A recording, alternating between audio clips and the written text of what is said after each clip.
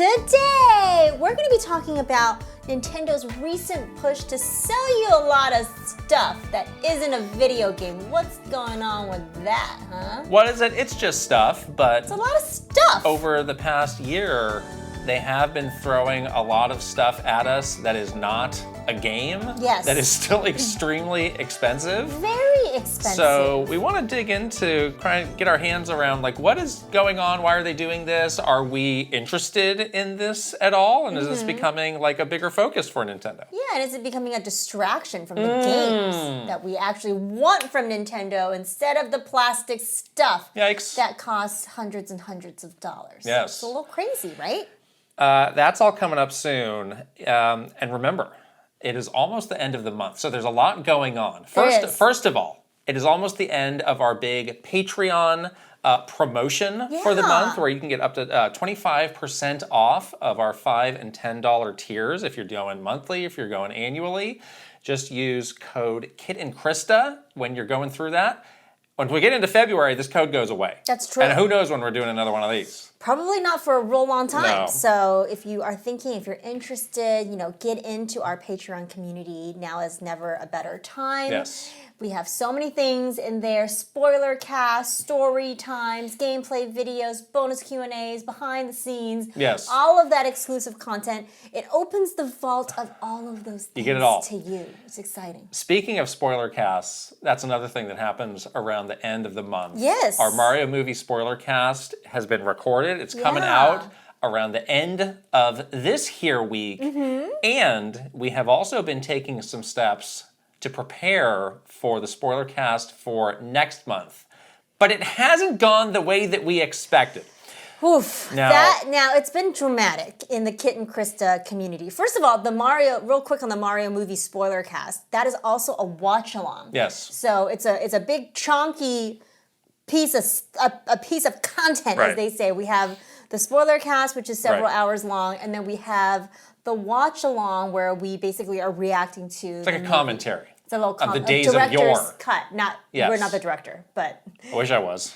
you had some things you want to cut. Some scenes I cut out. You would some cut some characters Some I characters would you eliminate. would eliminate. Yeah, you're very The dog.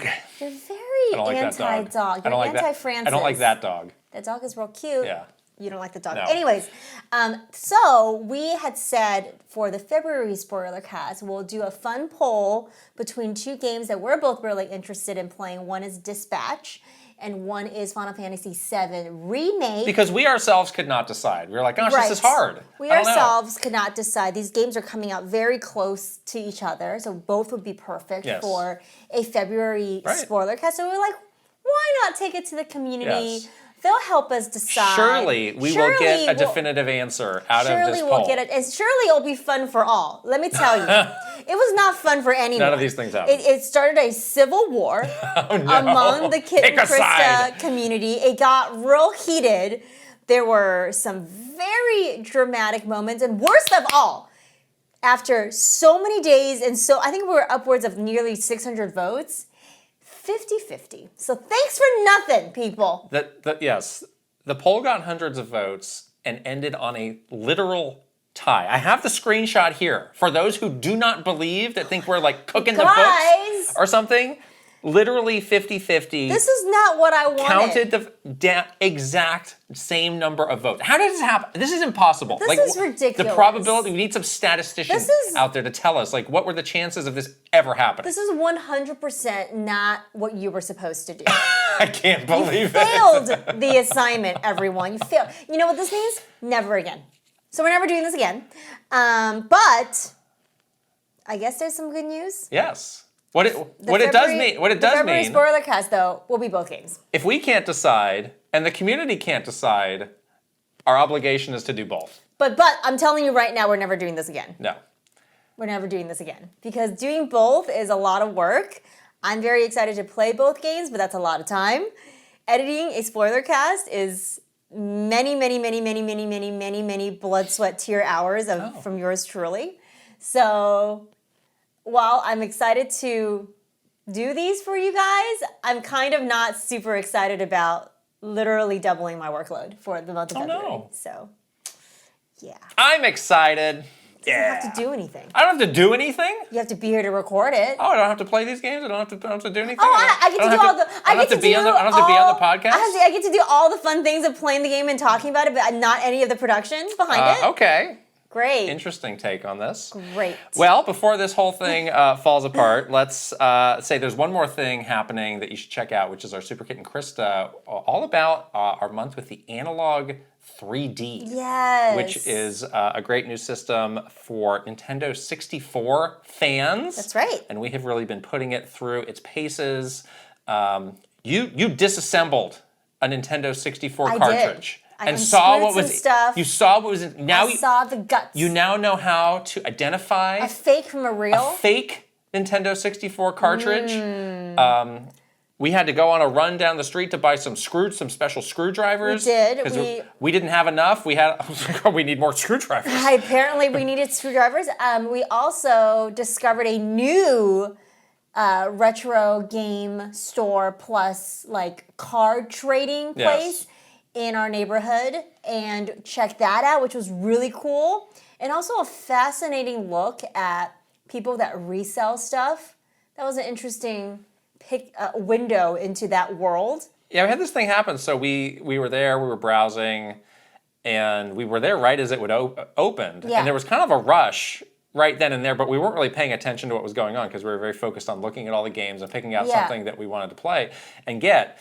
And when it was time to go pay, many people had just set up shop at the cash registers of like, all right, here's everything that I'm trading in. And it was like bins and bins and bins of stuff. Like a lot of stuff. And it was like, oh, there's one guy here and he's like going through each thing and logging it and registering it. And checking and the making price. Sure and like asking questions. Right. So we decided to go to lunch. We hid the games that we wanted to get. We did. Not that they were in any danger of being we had to hide Tarzan.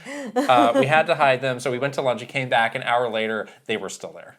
The games were still there, but also the line had gotten longer. The people that were trading in the games, the two bins of systems and games were also still. It was like hours later. I couldn't believe it. It was crazy stuff. This is a very interesting. And then right when we were about to leave, this person came in with a gigantic stack of cards. Right, like a binder of cards and all this stuff. Yeah, this is like a different world for me. I never realized that, like, you know, people, and I get it, like some people were going up there and their stuff was worth like $600, $700, like a lot of money. But then the person that was going up there and their stuff was worth like $20, it's like, didn't you just waste like 2 hours standing in this line to trade in a $20 game? Like, that literally does not seem worth it at all. Why not just eBay it? Get them to edit a spoiler cast. They don't know how to do that. They could barely trade in a game. Wow. I mean, Krysta is full of hate today. I'm not. I'm just saying this is a crazy way to waste your time, right? Like, I needed those $20. You needed $20, so you spent 2 hours. How much is your time worth? Like per hour? That's exactly how much it's worth. $10. $20. It's $20 for 2 hours. So $10. You're literally, your time is worth $10 an hour. Like, That's wow, right. that sucks. That's right. So that is out. Check it out. Lot of range in that vlog. A lot of range. A lot of stuff going on. Yes. Yeah, it was a long vlog too. When I was editing that one, I was like, and then I realized it was for the entire month. Like, we literally were tinkering around with this thing for a whole month. We're doing stuff. So it was great. Yes. It was really fun. We have a monster my gosh. segment ahead. We have to talk about Mr. Konno retiring. This thing happened where after we recorded last week's podcast, Nintendo just went buck wild announcing stuff that's been happening, that's been going through this morning. So we have a lot to catch up on. We do. We have a lot of news. Yes, but first we do have to shout out our sponsor. This episode is sponsored by Cash App. Thank you. And there is a lot of cool stuff that you can do with Cash App, but I recently learned of something that I thought was quite cool. Yeah. Which is, so if you get the Cash App debit card, you can customize it and you can, add designs, you can draw things, you can add phrases or whatever. So we could add never a minute or something on our debit card. Personalized debit card. That's not even what I'm talking about. Did you know you can get a debit card that glows in the dark? Shut up. I am completely serious That's about amazing. this. Yes. You would never lose it. No. And if you're in a dark restaurant or something, you know which card to pull out. Yes. Are you one of those people who needs to pull out your phone flashlight? I'm not that old yet. My glasses. Give it some time. Give it some time. Everyone will get there one day. Everybody will get there. My illuminated debit card. That's amazing. Yes. That's incredible. Yeah, it's so easy to use Cash App. They have so many different features that makes it just so easy to manage your money. Yes. Keep your money secure. Like Bilbo Baggins' short sword Sting in the literary classic The Hobbit. The Hobbit. Of modern day, you can pull out your Cash App debit card to illuminate the darkness ahead. Oh.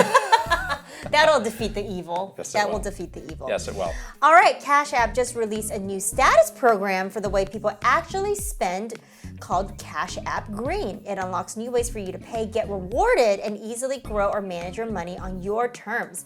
Now when you spend at least $500 with the Cash App card or Cash App Pay, you earn green status, which unlocks benefits like up to $200 of free overdraft coverage, higher borrower limits, and customized personalized cashback offers every Friday at places you love to shop.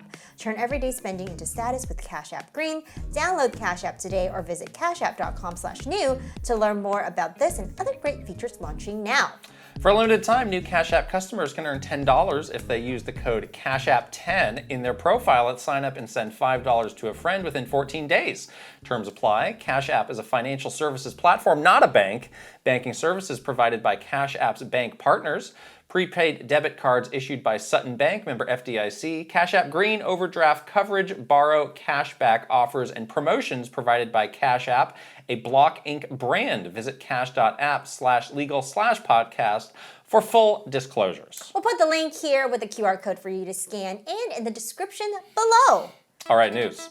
Oh my gosh, the news. So we are in the Nintendo Direct zone. We're in the zone, Once yes. again, we had on Sunday the Mario movie Direct. We have a video reacting to that, if you would like to see that. Yes. There's the Tomodachi Life Direct, which bumped this podcast to Friday, back by a day. But we have a reaction to that. We have a reaction to that. That you can watch as well. That was not recorded at 6 a.m. No, we no longer do that. Lest you truly submit to Want to rage. see the true side of the This game dark, sucks. this dark side of Krysta, which you get glimpses of every now and now and again, but not the true. Tomodachi Life sucks. Dispatch sucks. Final Fantasy Everything VII sucks. sucks. The Mario movie sucks. No, Yoshi does not suck. He swallows. He swallows with his tongue. with his tongue.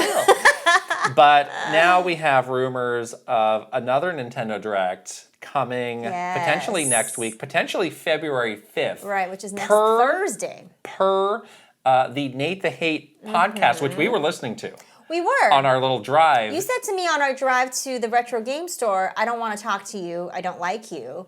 Let's sit in silence and listen to this podcast. Well, I said it might be helpful for the two of us to listen to this information. You actually said you didn't like that me. we're going to be talking about. Talk to me. And I tried to kick you out of a moving car. Actually, you did. You were like, get out, and then you didn't even roll to a stop. And I was ready to peel out in my Prius. Eat dust. I would love to see you try to peel out in a Prius. It's like electric. It's like zzz. It's got a whir up. You can make the noise yourself. Yeah. I hit a soundboard. Scree. But anyways, we did listen to the Nate the Hate podcast in the car, and he did say that he expects it to be February 5th. Would you buy that? We do buy it. Sounds right to me. Checks out in our book as well. Doesn't know if it's a general or potential partner. Do you have a read on that? I think it's general. Okay. I feel a general direct in our vicinity. I feel the vibes of a general direct. I think that's why they've done the work of announcing so many, quote, little things before February 5th or before the start of the month of February, because they're trying to like get some stuff out of the way. So we have other stuff in the news that could have been in a direct that they've pre-announced. They kind of took the Tomodachi Life stuff out of what potentially could have been within a direct and made it its own thing. They took some of that virtual console stuff out. So, yeah. Nothing about Yoshi's Mysterious Book, though. Well, it could be all about Yoshi's Mysterious Book in this general direct. Title direct for Yoshi's Mysterious Book? We get 10 minutes of Yoshi's Mysterious Book, 5 minutes of buy some merch, 10 more minutes of let's look at the games we've already seen. Yeah. Call it a day. Okay. Just kidding. Great. I'm terrible. Yeah, terrible. I do lean. It's true they have been on a tear of Yeah, announcing little odds and ends, but I do still lean towards general because they do have other things that they need to talk about and other games that they haven't talked about that need some sort of an update. Confirmations on launch dates for some stuff that we heard about last year in September as well. Like that's all fair game, I think, in this potential general February 5th direct. Now they were talking about, and I think they were kind of veering from, this is kind of stuff he'd been hearing through the grapevine. Oh yeah. But he was also, his own prediction was like he feels like this is going to be more of a third-party led year for the Switch 2 versus like huge, massive first-party games. Yeah. So we will see what form this takes, but always helpful for us to know what might be around the bend. Just planning purposes. Plan our time and our week. So if that happens, it's always fun. It's always fun to have something to look forward to, and we always have a good time around Nintendo Direct. Doing the stuff around a Nintendo Direct is always fun. Yeah, it's gonna be great. It's gonna be great. Yes. So we will keep our eyes open to see if that's going to happen. Next. I'm so heartbroken to hear this. So last week we got the news of Mr. Tanabe either retiring or Nintendo had no official statement on that. No, I don't think they will for anybody. No.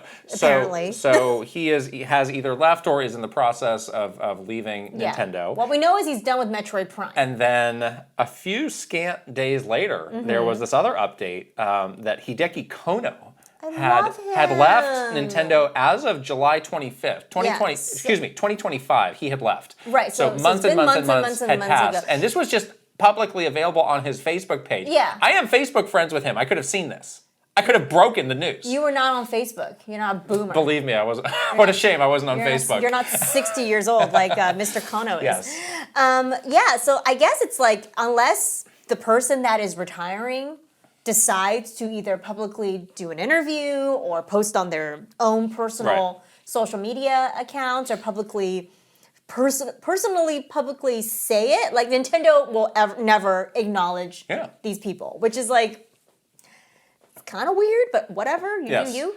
But we know him pretty well. He's amazing. He worked on a ton of stuff, most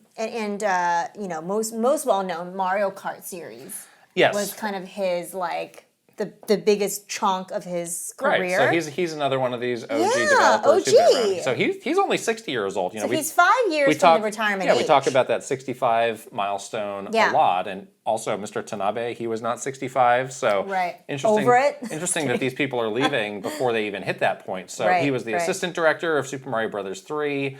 He was the director of Mario Kart, the original Mario Kart and Mario Kart 64. Then he became the producer of the series for everything up before World. Yes. Director of Yoshi's Island, director of the original Luigi's Mansion, producer of Nintendogs, the producer of the 3DS hardware. That's a very important role that he was helming.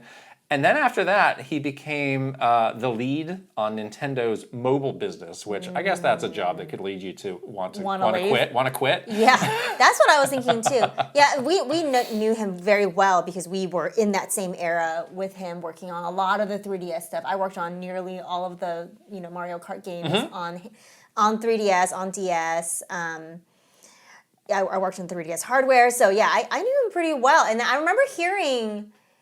Like he had surprise come to our office. I think it was around GDC or something, and he was just randomly in the Redwood City office, and I was like, oh my gosh, it's so good to see you.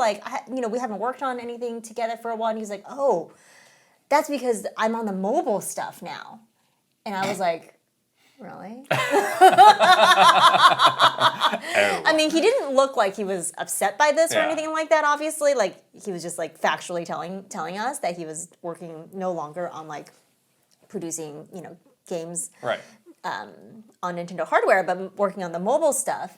And of course, at the time, it was the very beginning of the mobile stuff, so there was still a lot of promise. Possibilities ahead. Exactly.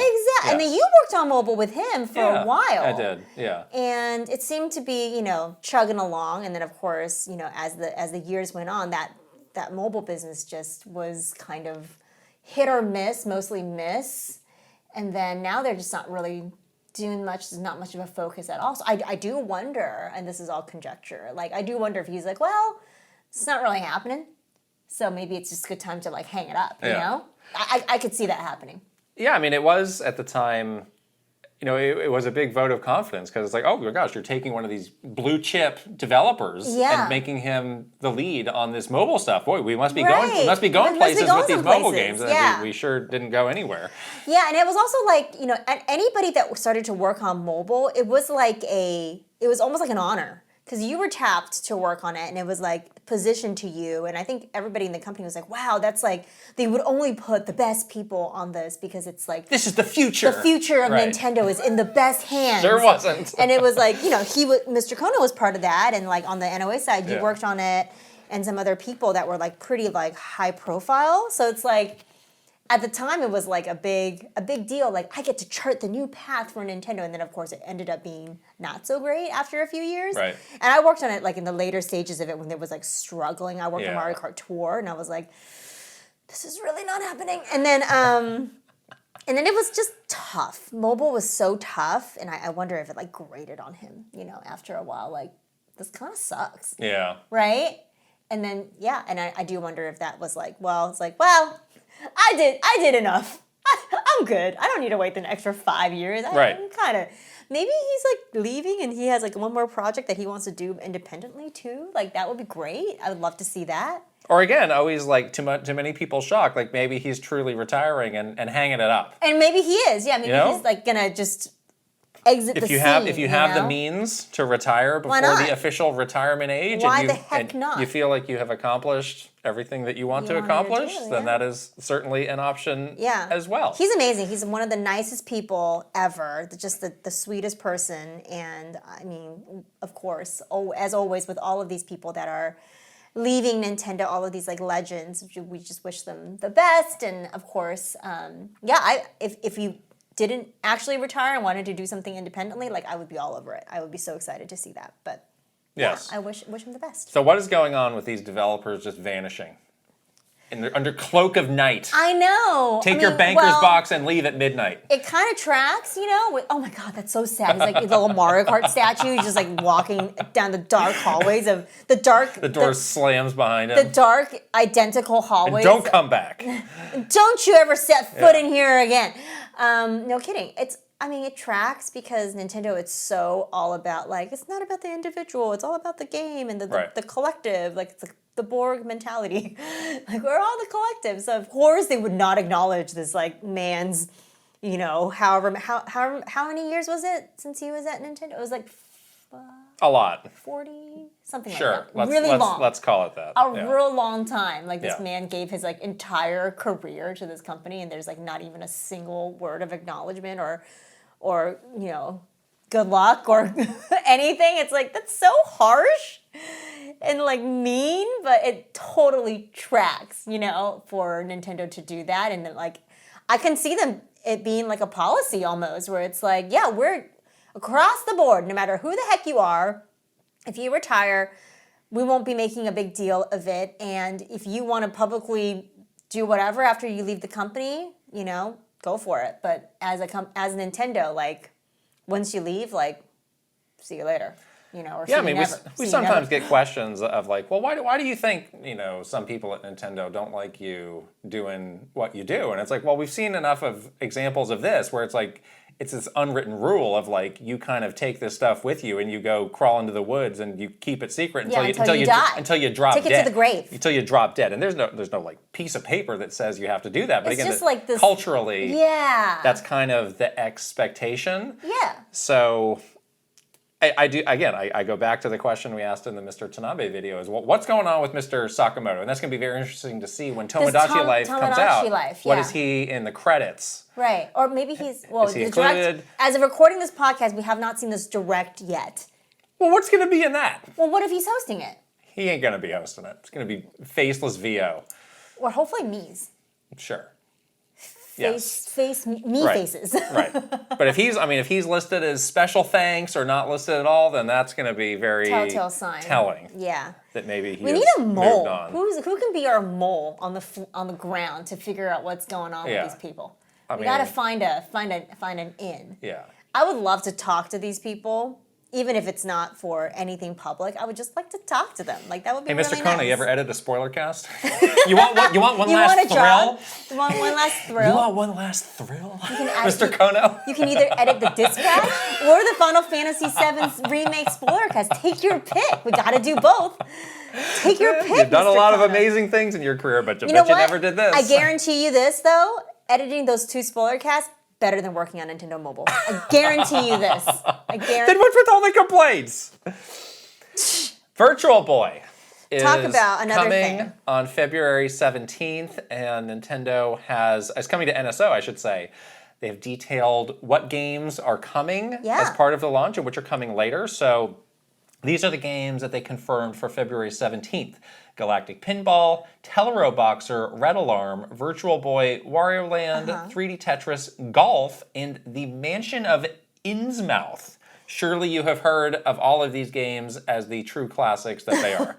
Well, I've heard of some of them, but not the Mansion of Innsmouth. The Mansion of Innsmouth. Mansion of Innsmouth sounds terrifying, and I am not looking forward to playing in that. full red 3D. Yeah, that would definitely scare the bejesus out of somebody. And then like there are many more games that are coming over the course of the year, and they didn't put a specific date on these. They just said they're coming later.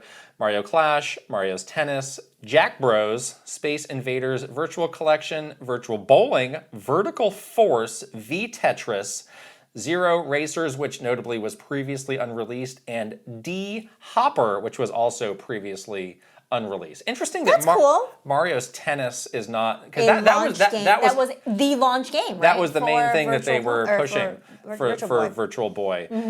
So curious that is not part of it. They also talked about a new upcoming feature that's also coming later this year. Why couldn't they get this ready for day one?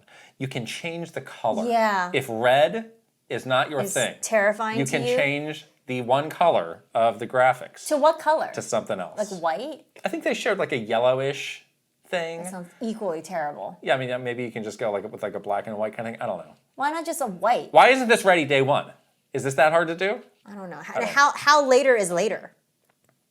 Anyways, December 31st. I guess the cool thing is that you do get these previously unreleased games. Yeah. They don't sound interesting, but at least you can play them finally, I guess. Yeah, I think that's great. They didn't leave it to die, Right. forever in like some dusty corner of the office. That's Yeah, I good. mean, I think that's the right approach to take if this is Yeah. truly like a curiosity for sickos, of which I am one, and I have one of Yes. these. I have the expensive one coming. You have the expensive one coming. Day one. No, this is give people some hidden gems, some deep cuts, some why stuff not? that people have only heard about. I think this is the right way to handle it, and that's a pretty good. I mean, look at how are we getting this many GameCube games this year? Heck no. No, you're not. But you're also Will not any paying of- will $100 for it. Will any other Well- platform on NSO get this many games this year? Will the Nintendo Switch 2 get this many games this year? No. First From party, Nintendo? first Oh. party. No. Well, Mario or Yoshi's Mysterious Book counts for like 8 games. 10 games. Yeah. It's a 10 out of 10 games, so it Yeah. counts for 10 games. Yeah. Out of this list, are you very excited to try out Yes. a personal I'm very excited. game that you're excited for? The one game here that is held in high regard is Wario Land? Wario Land, Yeah, and I do want to figured check you'd like that out. one. Yeah. And I mean, I want to check out the others. I'm kind of interested in 3D Tetris. That could be interesting. That was in their little trailer, and I was like, that looks like you're gonna puke. I was gonna say, is it gonna make me vomit? It really looked. I have a really high tolerance Not for Okay. motion Well, sickness. you should check it out. I don't really get it, but I'm sure this will be the thing that this will makes be the me test. completely, completely throw up Yeah, or I something. mean, my experience with the Virtual Boy is like I rented it for a weekend, like so many other people. And I was Yeah. like, wow, this sucks. I played it at the office because one of our coworkers had it on his desk. Yeah. And I thought I was never gonna see again. Yeah. I literally thought that I was going blind. And I think the games, I got Tennis was the game that came with it, and then I think they were Blockbuster was also like, oh, here's another one that you can try it, and I believe it was Waterworld based on the Kevin Costner movie. Oh, that's a good movie, though. And that's a game that I put in for like 10 seconds. It was like, you're like, nope. Heck no. Back to tennis. Yeah, okay. So my experience with this is pretty limited. So at a minimum, it's just like, yeah, let's just fire each of these up and see what's going on. Have they said that if there's no way to not use either the $100 one or the little cardboard one? I was curious about that. You are not able to play it just regular on a Switch. They haven't talked about that. Yeah, I am curious, like what does the screen look like if you don't have any of those things? Like, is it one of those like, you see all both layered, because it's made for the two lenses? Yeah, it's like a 3DS where you have the two. Yeah. Yeah, I don't know. That's not great. Well, they may not want to talk about it now because they want you to buy the expensive That'd be so awful. And then later on, after all the orders ship, they release the trailer. Yeah, I totally think that's going to happen. Though, why would you think that's not going to happen? I was telling you earlier, I'm going to be out of town the day that this comes out, so I'm changing. You're sending it to my house. I'm shipping it to you. You get to do the unboxing. You get to do the first test. So I'm doing the unboxing, the first test by myself, which would be interesting because I hate this thing. You're not gonna. You've never used it. What do you mean? I have used it. You're not going to want to give it back. I'm definitely going to want to give it back. It's going to end up like my GBA Rhythm Heaven. No, Of like, I'll give it back. I highly doubt that's going to happen. My Dark Souls. But you'll get a very honest review and unboxing from me because I very much was like, I'm never dig it out of your dumpster. I'm never gonna buy this thing. I can't believe people would spend $100 on it. It's gonna arrive. What a waste of money. It's gonna arrive after you've spent a marathon session editing one of the spoiler casts. It's gonna show up, and I'm gonna be like, "This is the worst piece of crap ever." You're gonna be excited. You're like, "Oh, I thought this was my new soy candles," and then you open it up and it's a virtual boy, and you're gonna rage. I'm on the 27th floor, so I'm just gonna throw it off my balcony and hope it like smashes to smithereens. Talk about strange ways to die. A virtual boy getting brained by a virtual boy walking down the street. What if it like perfectly fits on your face as you're walking, and then you run into like oncoming traffic? That sounds like an ad from the 90s, actually. That actually does. Whoa, groovy. Now you're playing with a virtual boy and you're dead. Okay, anyways. There is a new Splatoon update coming on January 29th. That's very soon. I think by the time this podcast is out, this thing will be out. It will be out. This is the 11.0 update, and I was surprised at what they are putting in here because it seems actually very substantial. It is. It's very substantial. Yeah, and some of the stuff does veer towards like the really like long-time hardcore players, but other stuff is just like, oh, they're doing that in Splatoon. It's also like very like quality of life, I feel like, which is kind of nice. Yeah, so one thing they're adding is this new feature called the Flow Aura. They want you to aura farm in Splatoon. Which is kind of like a kill streak. So if you take out a bunch of enemies in a row, you will go into the Floor Aura, where you get this kind of burst of ink around your character, and then you get a temporary boost to all of your movement speed.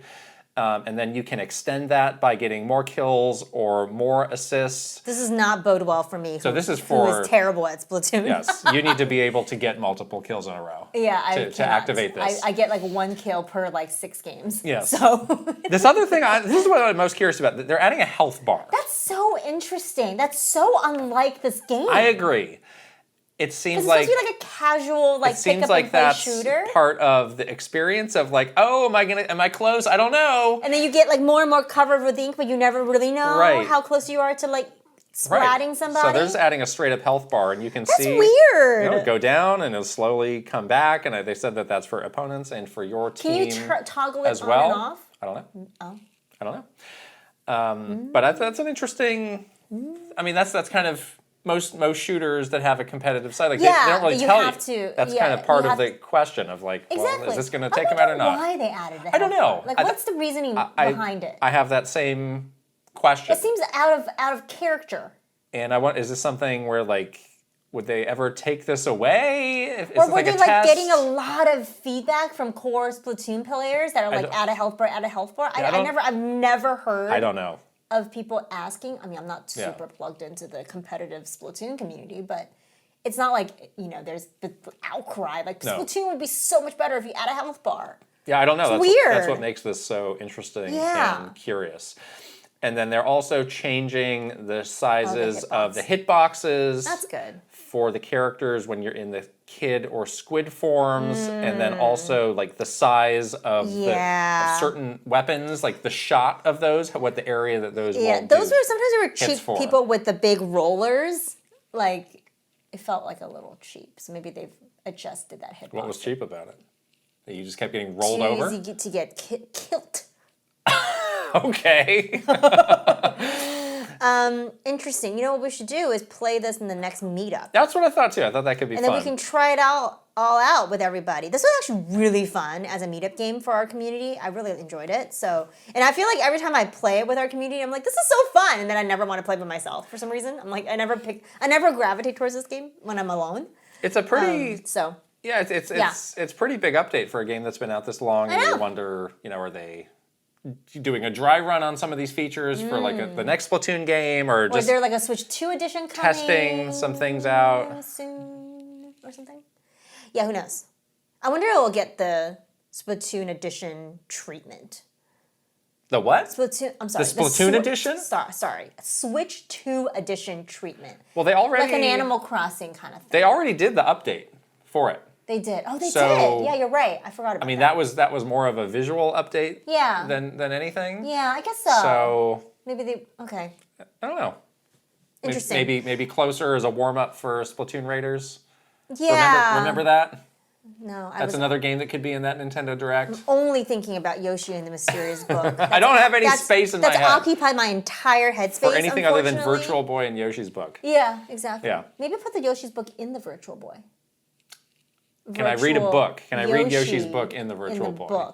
In the boy. Okay. Okay. But I'm interested in checking this out. I'm very curious about this health bar, and I think that this is a great. That's going to make you better. Experiment. Finally. No, I need my pillow stack. Pillow stack, 2 loose Joy-Cons. You said you were experiencing like wrist pain from the Switch 2. I have been experiencing a lot of wrist pain. Are you okay? From the Switch 2. I don't know. My wrist is really messed up from it. From playing... Both wrists or...? No, just my left wrist. Oh. And my thumb joint. Really? Like this whole area really hurts. It's really bad. Oh. So I haven't been really playing handheld for a while. Okay. To rest my arm. It's a little bit better. I mean, I guess if you took the Joy-Con off and you did tabletop mode, that would probably solve it. Those are very light. It's too tiny. So I've been playing TV mode. You got a lot of elderly issues. I do. I'm a grandma. So when I had my finger accident, I had to go do physical therapy, and he would wear these things, these like thumb braces almost. I should wear that. And I was like, oh, what's that? And he's like, do you have a problem? He's like, no, I'm just, it's preventative. Yeah. Yeah, you don't want to lose the ability to use your... You can't use your thumb and you can't see. Awesome. Great for gaming. Yeah. And your reflexes are shot. You know the most comfortable controller truly is the PS5 controller. Yeah, I mean, there's a lot of really comfortable. There's a lot of debate also over the stick placement, the high low. Don't like it. My tiny baby. Yeah, I don't love reaching low for the right stick. I think that's why my thumb is messed up. But you said the left thumb. Oh, you're right. That one seems to be in the right place. That's in the right place. So it's the other way. Yeah, it's this way. Although have you tried controllers for children? Like a miniature controller. Like a mini one? Maybe that would be more I have a Pro controller, and that's good. I like that doesn't hurt when you... No. It has to be just holding the system. It's so heavy. Which is heavy. Yeah, you need to do some wrist exercise. Sometimes I'll sit with my with my legs kind of like up, and I rest it on my thighs. Okay. And that kind of helps a little bit because it's taking some of the burden off. But it's just not the same weight as an original Switch. So I'm having issues now, literal issues from playing with this thing. Yeah. But anyways, I remember when I was younger and I would watch a baseball game on TBS because they had the Atlanta Braves. During the commercials, they would do these bootleg get forearms like the pros, and it was you can some crazy squeeze the thing. Yeah, I remember that. You need to get Popeye. You need to get Popeye forearms. I don't think it's like forearms. The Atlanta Braves. I think I need better wrist strength. How do I do that? My wrists are weak to begin with, though. I have problems with my gymnastics to the internet. Days. Oh. I have major joint issues from being a gymnast for 15 years. And so I'm already an injured person to begin with, which is not helpful when I have to hold this heavy system. Okay. Anyways, this is a real... Virtual Boy's going to fix all that. This is a real aside Virtual from Boy's our gonna fix news all segment. Your eyes are going to be so much better. My health issues. There's Walmart, though. Walmart has perhaps leaked some new Nintendo Switch This could be in the next Direct.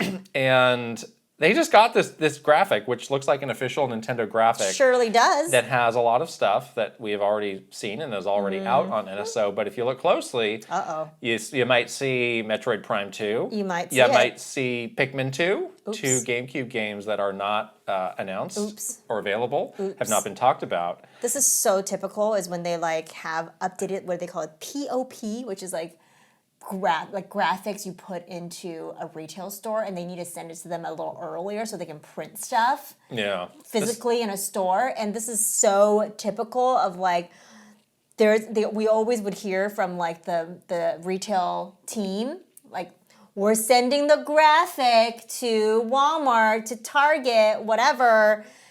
Be aware that things might leak in this time frame because you're physically having to send them a file with unannounced stuff, because they're going to need like a week or 2 weeks to print it, to have it in the store.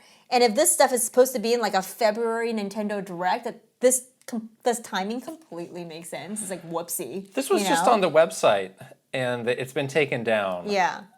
And it's just sloppy. So it seems to be par for the course these days. It's just sloppy. Sloppy. But the thing that people are hand-wringing over is, if Metroid Prime 2 comes to NSO, does that rule out the remaster? a Metroid Prime 2 remastered? Yeah.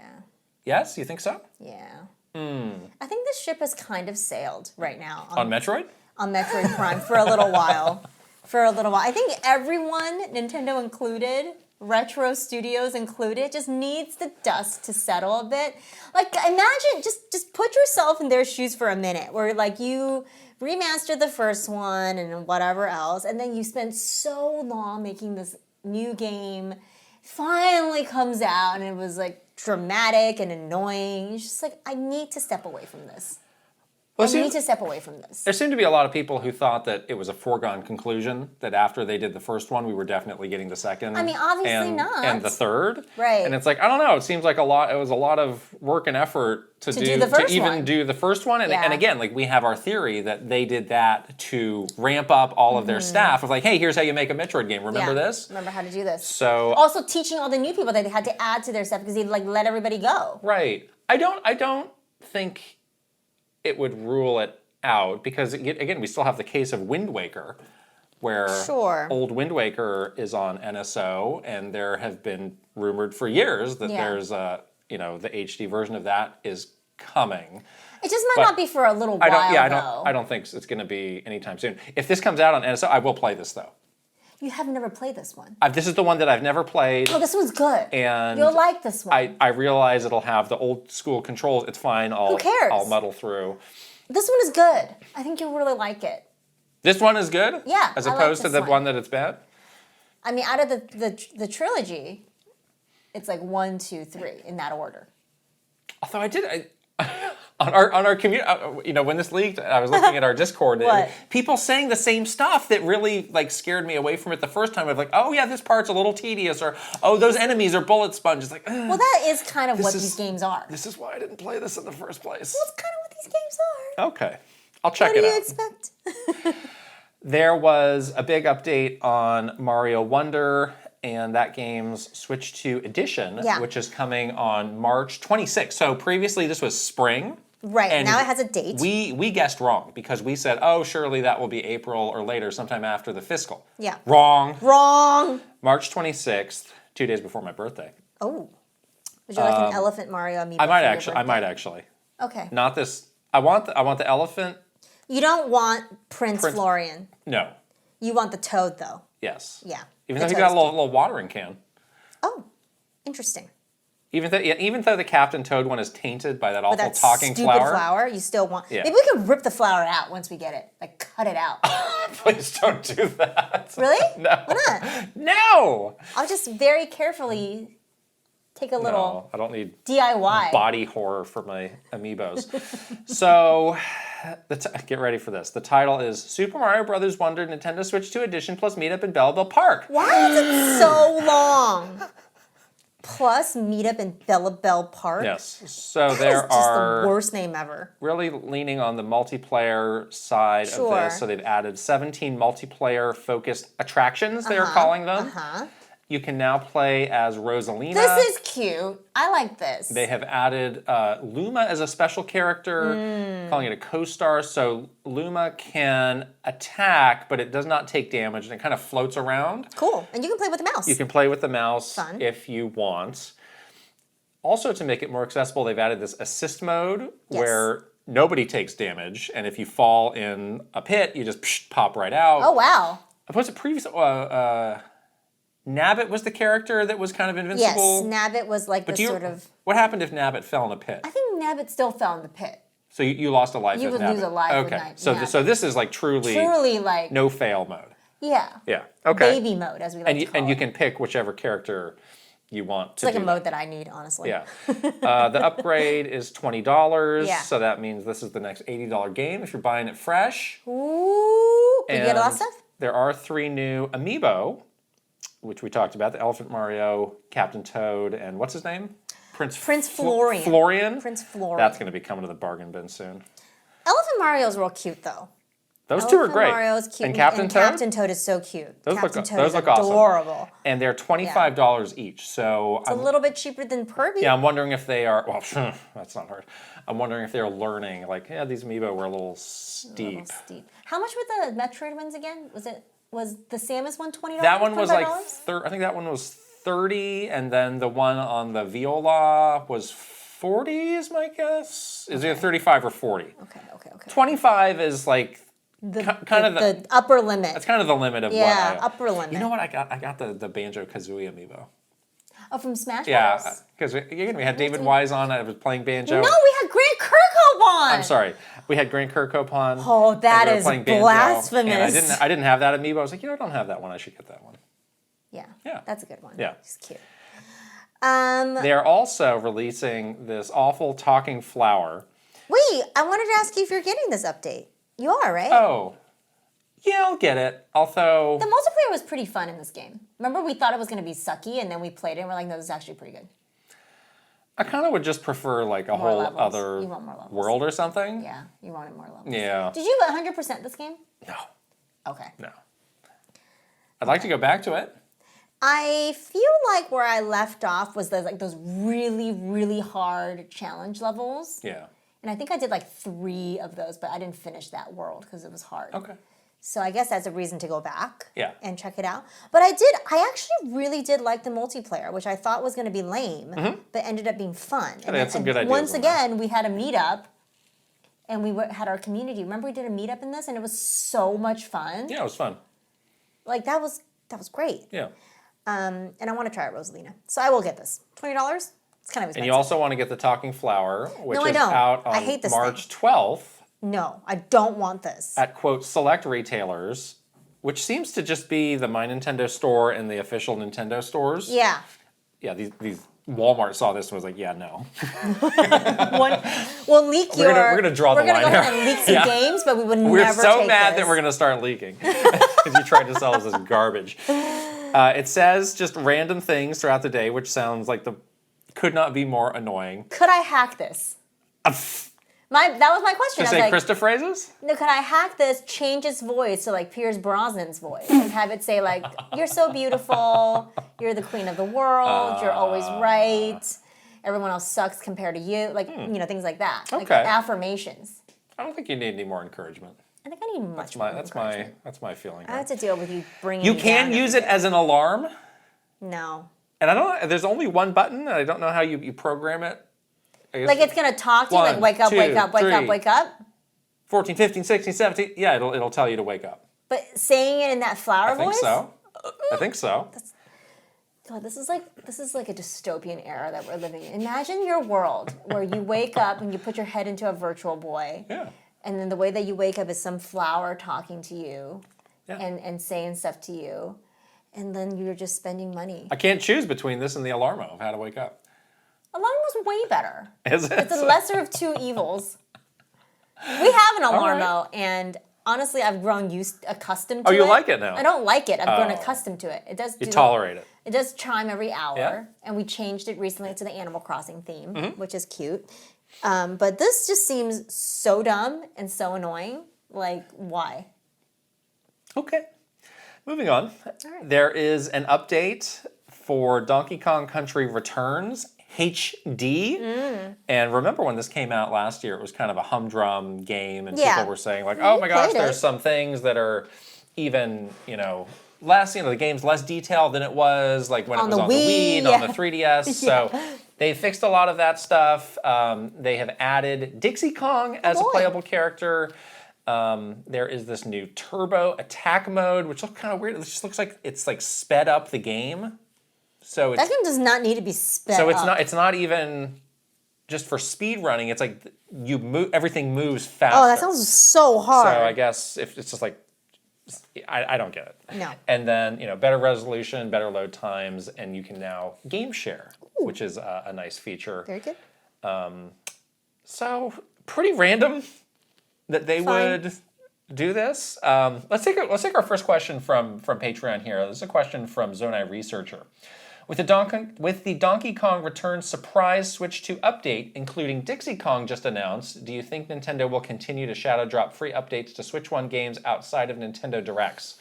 Is this going to continue for several years, or will we perhaps get an official announcement of their strategy for upgrading Switch 1 games going down the road?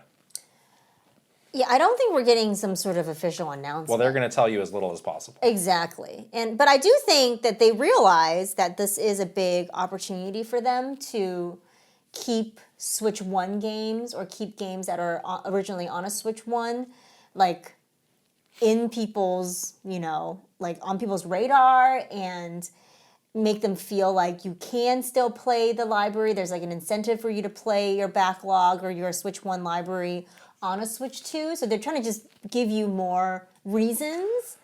Like, get a Switch 2. We're going to give you all these free updates, and your library is like so backwards compatible, and even more so with these free updates.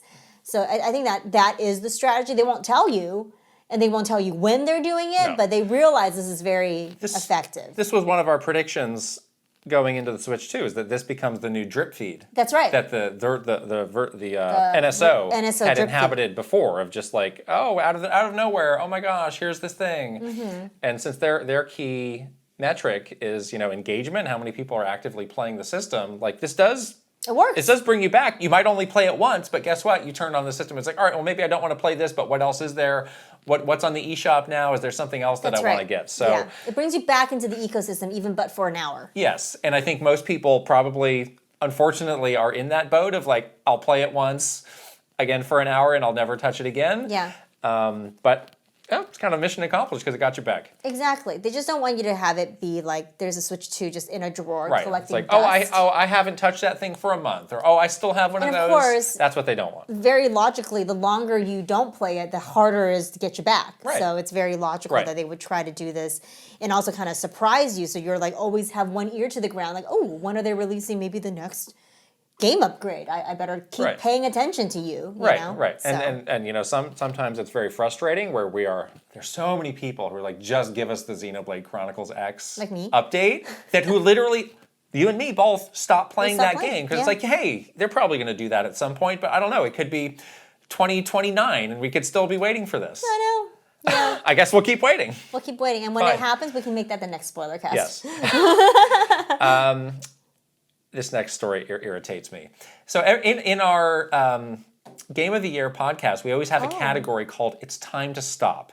And I think Nintendo and Lego have it in the bag already, because this is is this the third consecutive week we are here in our news section to talk about more Legos? Yeah. I'm over it. It's true. No more. True. You are not a Lego kid. This is too much, though. You are over Do a Lego Direct and just get it all out there. There is a lot. And they're all expensive. This one is the Mario Kart one, and it's $170. So this is, they have smaller like Mario Kart sets, but this is like the big one? Mario in the Mario Kart. So they're adding Luigi now. Right. So you can get Luigi. It's a teaser, so we'll probably be back next week with the actual details, but that Mario one that is already out is $170. So I don't see Luigi being any less. Luigi's taller. Does that mean he's bigger? More bricks. Which means more bricks. We've thoroughly been educated on the brick to price ratio in Legos. It's literally the dumbest thing I've ever heard, but whatever. I was mansplained by many were people. mansplained. Lego-splained. By a lot of Lego kids. Let me tell you about the economics of a Lego. What you understand is the more bricks equals more money. And you're like, this does not explain why it looks like poo-poo. Yes. So back to my original question, why does it look so bad? After you have like given me your TED talk on how to math the Legos, you actually didn't answer my question at all, so well done. I'm saying it now. If If I'm not putting Legos in the new segment. I'm not falling for it. I'm not doing That's it. I'm sure they'll have some update. It's not going to be in here. I'm gonna still telling buy you right now. I'm still gonna buy the Ocarina of Time. I think you better pre-order that. Is it gonna sell out? Because I'm already seeing like pre-orders for that on eBay for hundreds I of always dollars. see them at at Costco for real cheap, like a little cheaper. Like the bigger sets? Yeah, I saw recently the Deku tree there. Oh, really? Mm-hmm. So I may just like I'm not paying. Bamba? I'm not spending any effort. If I happen upon it when it's I don't out, think you should get that.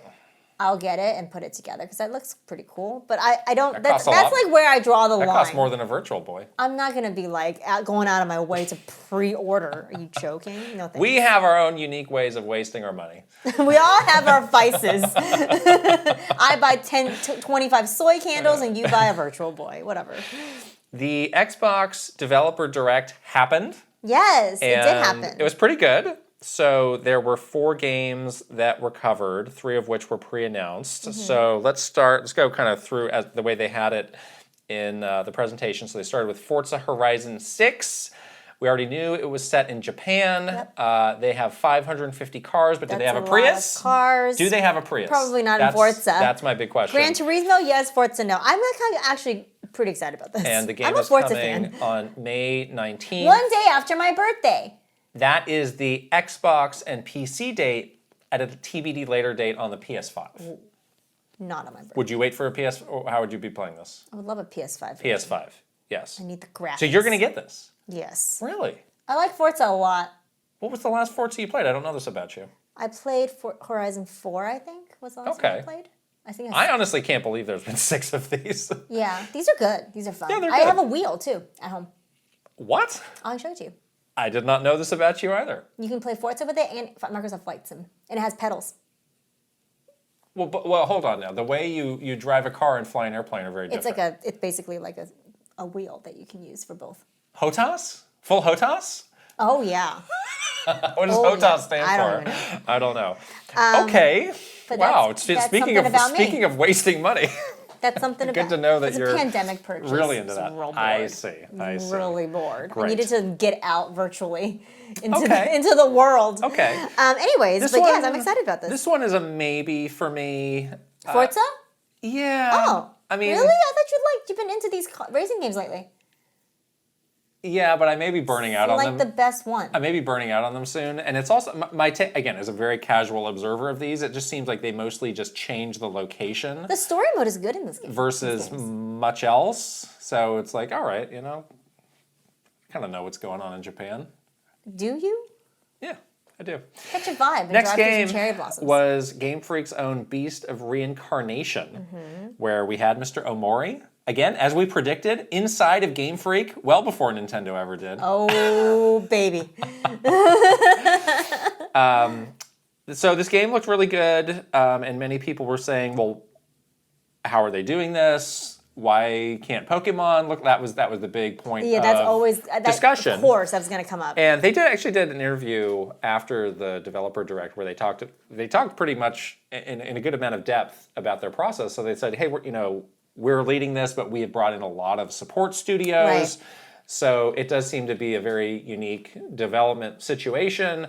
Certainly is not an excuse for why the Pokemon games look the way that they do, but that's kind of another topic for another time. In the meantime, this game looks pretty cool. It does look pretty cool. Coming summer. Okay, be on the lookout for that. Yes. Next game was the surprise game called Kiln from Double Fine, who just put out a game very recently as Keeper. Yes. So it was kind of a bit of a surprise. They're in our backyard. To see them coming back. So they talked about how they do these kind of in-studio events that they call Amnesia Fortnight, which is kind of like a game jam kind of deal, where they do these prototyping sessions and kind of pick, they might pick some cool ideas to get made. And they talked about how some of their they've actually made a lot of games that have emerged from this, and I played some of those games, and those games are really cool. Yeah. They went through a stretch where they were making sort of like smaller games and releasing those all digitally, and I was like, yeah, those are like a lot of the Double Fine games that I engage with the most, so that's exciting. They're calling this an online multiplayer pottery party brawler. This is such a unique game. It is. Where you basically make, like, you're at a potter's wheel. Yes. And you make a pot, customize it, and that is your fighter. That's your character. And then you use that fighter, that character, that pot, and you're like duking it out, and it breaks and crazy stuff happens. But like, how they came up with, they have a tiki bar in their office. Maybe they had one too many tiki drinks, and then that's how they came up with this game. They were like drinking out of a tiki cup, and they're like, I got an idea. That tiki bar was popping Bumping. well into the night. You left earlier. I had to go. You left, and then Yeah. I stayed for like another hour, and people were. I'm not gonna divulge. Tikied up. They were tikied up. I left, and I was like, oh, at 11 o'clock at night. They were visited by the Tiki Tac tribe from Donkey Kong. There was bongo drums there too at the tiki bar, so All right. it could be the Tiki Tac That's when tribe. it's time to leave. But anyways, I can see them the zaniness coming out. This looks cool though. In this game, and it looks awesome. It looks so good. They talked about like, there's strategy for the type of character build that you want to do. Right. They're better. Like you can get like a different bigger things. pot. Yeah. You can. It's like the weight of it. The physics of it all come into play. It's very interesting. Yeah, there used to be a lot more just kind of like smaller scale online oriented games that it feels like we just like kind of don't have that anymore. I'm thinking of like Calling All Cars. Is it from that's a great game. From the God of War creator? Yeah. Or like Fat Princess Fat was another one that was Princess, really fun. And that's like that was all like the PS3 360 generation. It's like we just kind of don't get many of those anymore. Yeah. So It's like expensive Yes. to make an online multiplayer game. So this is spring, and for Xbox, PC, and PS5. You notice a trend here with these announcements. Nary a Switch 2 mentioned. Nary. Last game was Fable, which was the big closer, which was the thing that we were most excited to see. Yes, we were so And excited. we got a good look at the game finally after many, many, many, many years. So it's going to have a seamless open world, use melee, ranged, and magic combat.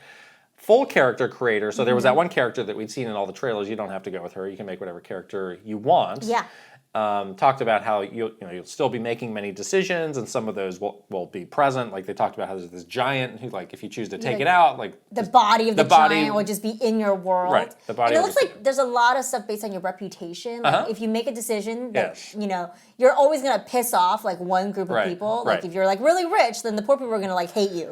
right, because they said there's hundreds of NPCs where they had to specify handcrafted, not made AI. by Microsoft Copilot. Oh, not a Gemini. No. Not a Microsoft No, Copilot. and all of these NPCs are kind of made to have different likes and dislikes and proclivities and such. So you'll be interacting with all of them. Yeah, it's cool. They were showing this thing where you're like you could follow an NPC. Like if you just follow him or her around, you can see their like full day I'm not buying day this. and night cycle. Listen, all these Fable games, like you have to take everything that they say with a grain You're of salt. because Because you're it's so this is what you do with a Fable game. It's always very ambitious. It always sounds great, and you just have to wait and see how well they can execute it in the actual game. you really don't have any faith in because them, their do you? day-night routine might just be burp, burp, burp, burp, burp, burp, burp, burp, burp. That might be it. Oh my gosh, they're living their life in this video game, a full day-night living routine, just like you and me, and their routine is just like walking inside and outside of their house. That might be I it. don't think so. All right. That's Well, not you can what they show. you can have a lot of fun following handcrafted NPCs around. You seem to be way less hyped. I'm extremely hyped. I came away from this feeling like this is But it. you have game to know. of the year. You have to know. That's what happens with these games. I don't remember that happening. Oh with my these God. Games. Do you know a certain Mr. Peter Molyneux? Well, Are you yeah. familiar with him? I am familiar with. We're on like 20-something years of them saying ridiculous stuff about what you'll be able to do in a Fable game. It's like, and then the game comes out, it's like, I guess you kind of maybe sort of did it. I want to see Not it all the way. for myself. It is Yeah. the year 2026. They've waited a long time to make this game like Yes, they what they did. would like it to be and finally realize the All right. vision of this game. But anyhow, whether or not these little things or these things that very ambitious things are in the game or not, I think the spirit of the game is so alive. Like there's a lot of humor. Yeah. You're chasing chickens. You're a chicken chaser. Chicken chaser! The definitely like this, Wait, say it. Say the thing. Say the chicken chaser. you're like heavy breathing for them to say chicken chaser. Like definitely the soul of it does seem to be very alive. Well, there were actually a lot of people debating that. Of Well, I think so. This studio doesn't know how to make they don't understand what the blank is. Oh, here we go. That's a really annoying thing that This people is like do. the Metroid thing all over Yeah, again. it's like the studio that's been spending years like doing this thing. It's like they don't understand the series they're making. And you do. Right, and you do. And you do. You've not done any of these Yes. ever. So, yes, Right. I don't think so. One thing that is different, and I want to get your take on this, in the old Fable games, depending on if you did good or bad things, your appearance would change. That's right. Like you would grow horns like the Yeah, devil or I get like a love halo that. or something. No more of that. I don't get that anymore. Why not? I don't know. I kind of like that. I liked it too. Doesn't make or break the game, but it was pretty fun. It was funny.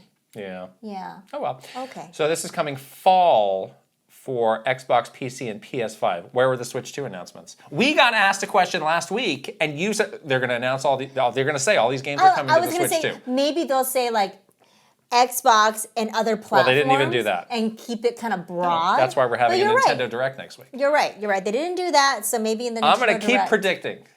You're gonna think Fable's coming to Switch 2? That Day game, and date? I don't know Day and about. date? I don't know about that game because Yeah, it won't. there have been people doing like the tech breakdowns and won't. they're like this game is struggling on an Xbox. Exactly. So unfortunately, I don't know about that. I will gladly play it on PS5. I think they said that game is day and date PS5 and Xbox. It is. That's where I'm playing it too.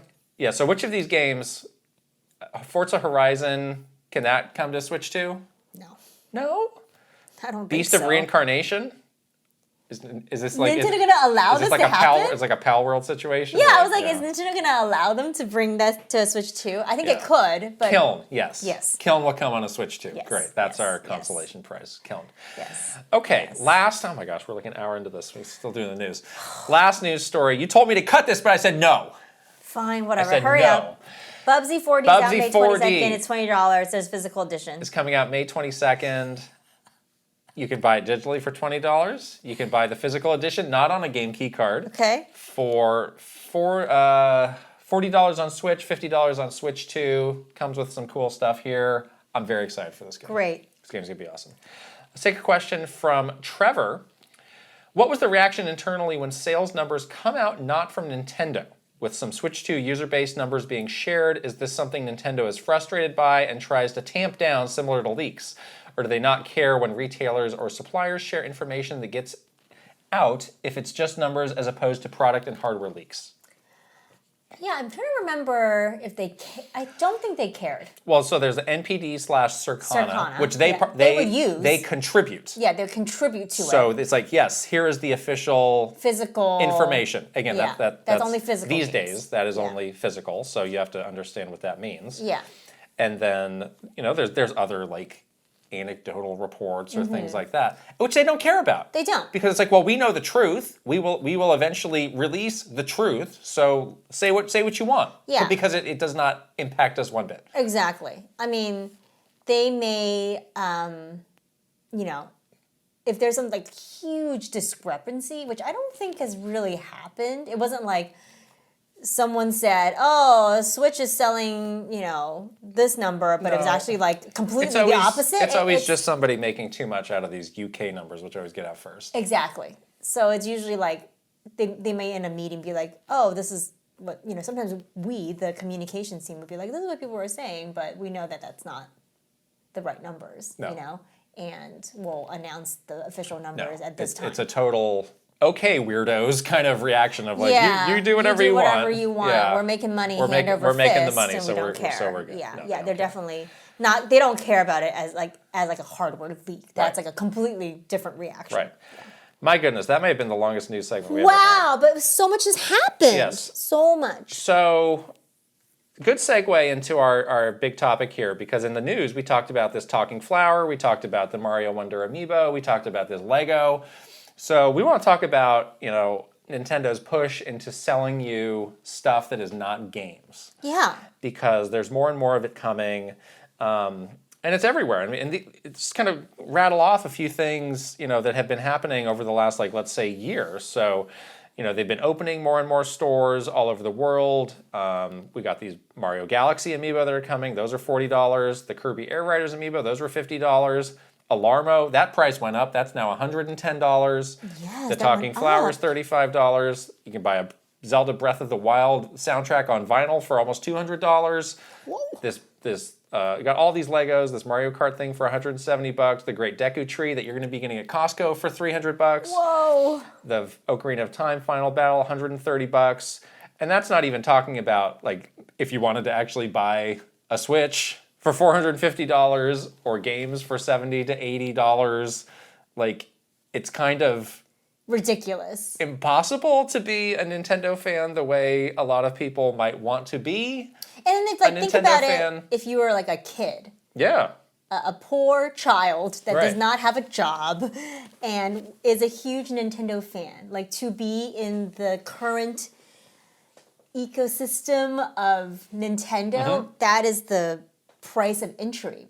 So it's almost like you've basically barred anybody that doesn't have like a really well-paying job from engaging with all your stuff. Right. So it's kind of nutty when you think about it and you rattle off the prices like that.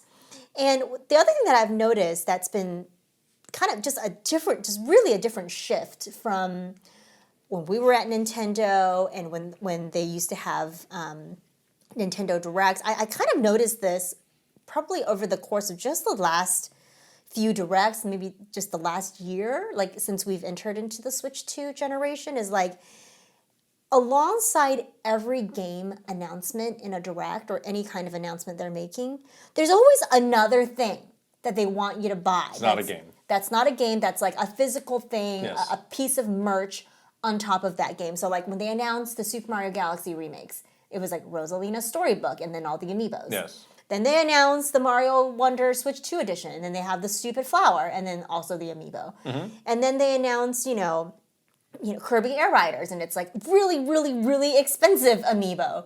So it's like, it feels like after every game, there's always like another thing that they want you to buy that's like not even related to the, I mean, it's related to the game, but it's not like in-game content. It's not like something you're doing physically in the game. It's like, here's a book. Yeah. Here's a flower. Right. You know, that was really striking to me, because that used to never, ever, ever be the case where, you know, a Direct was very much like, these are the games coming to the current hardware. We're very focused in these Directs on our video game business. That is our core business.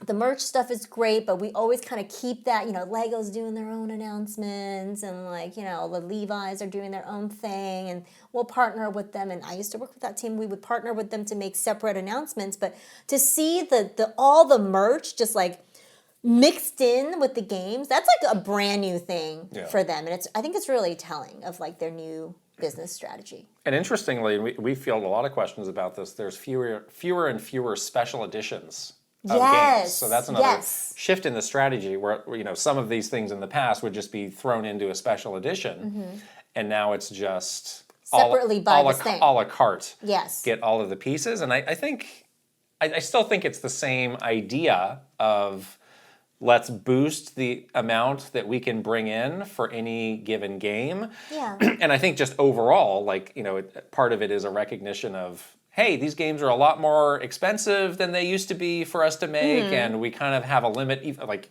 we might want to sell some games for more than $80, but we can't. So we just need to find some other ways to bring in some cash. It's like when they invented Amiibo in the Wii U days. It's like, hey, the amount we have coming in from the games kind of isn't covering it for what we need. Yeah. So let's create this whole other category. Yeah. And I think there's something, you know, the limited editions like were cool, but they served a very specific fan base.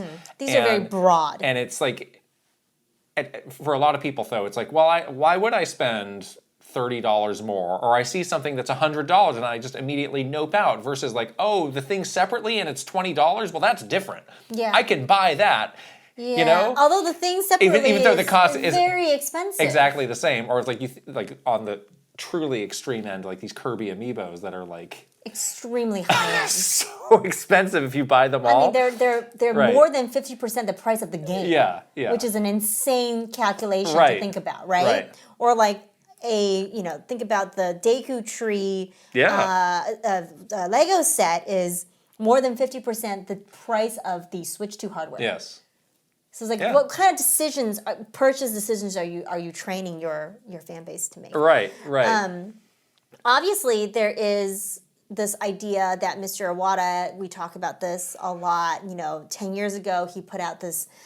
More than 10 years ago, he put out this like idea of IP expansion, and that ended up being like a really big thing. And like we mentioned before that like we would get these notebooks every year that would the front page would be like these are the company's priorities for the year, and like pretty much every single year since Mr. Iwata detailed his vision was like continue Nintendo's IP expansion was like one of the business pillars. Yes. And I can guarantee you that the 2026 Nintendo employee notebook that they've received at the beginning of the year, when they open that front page, like that is definitely going to be still one of those key pillars that they're like, even more so in the year 2026, your job is to expand Nintendo's IP broader and wider than ever before. So that is happening. Like we're truly in the midst of it now. Now it's no longer like a vision or like a statement or like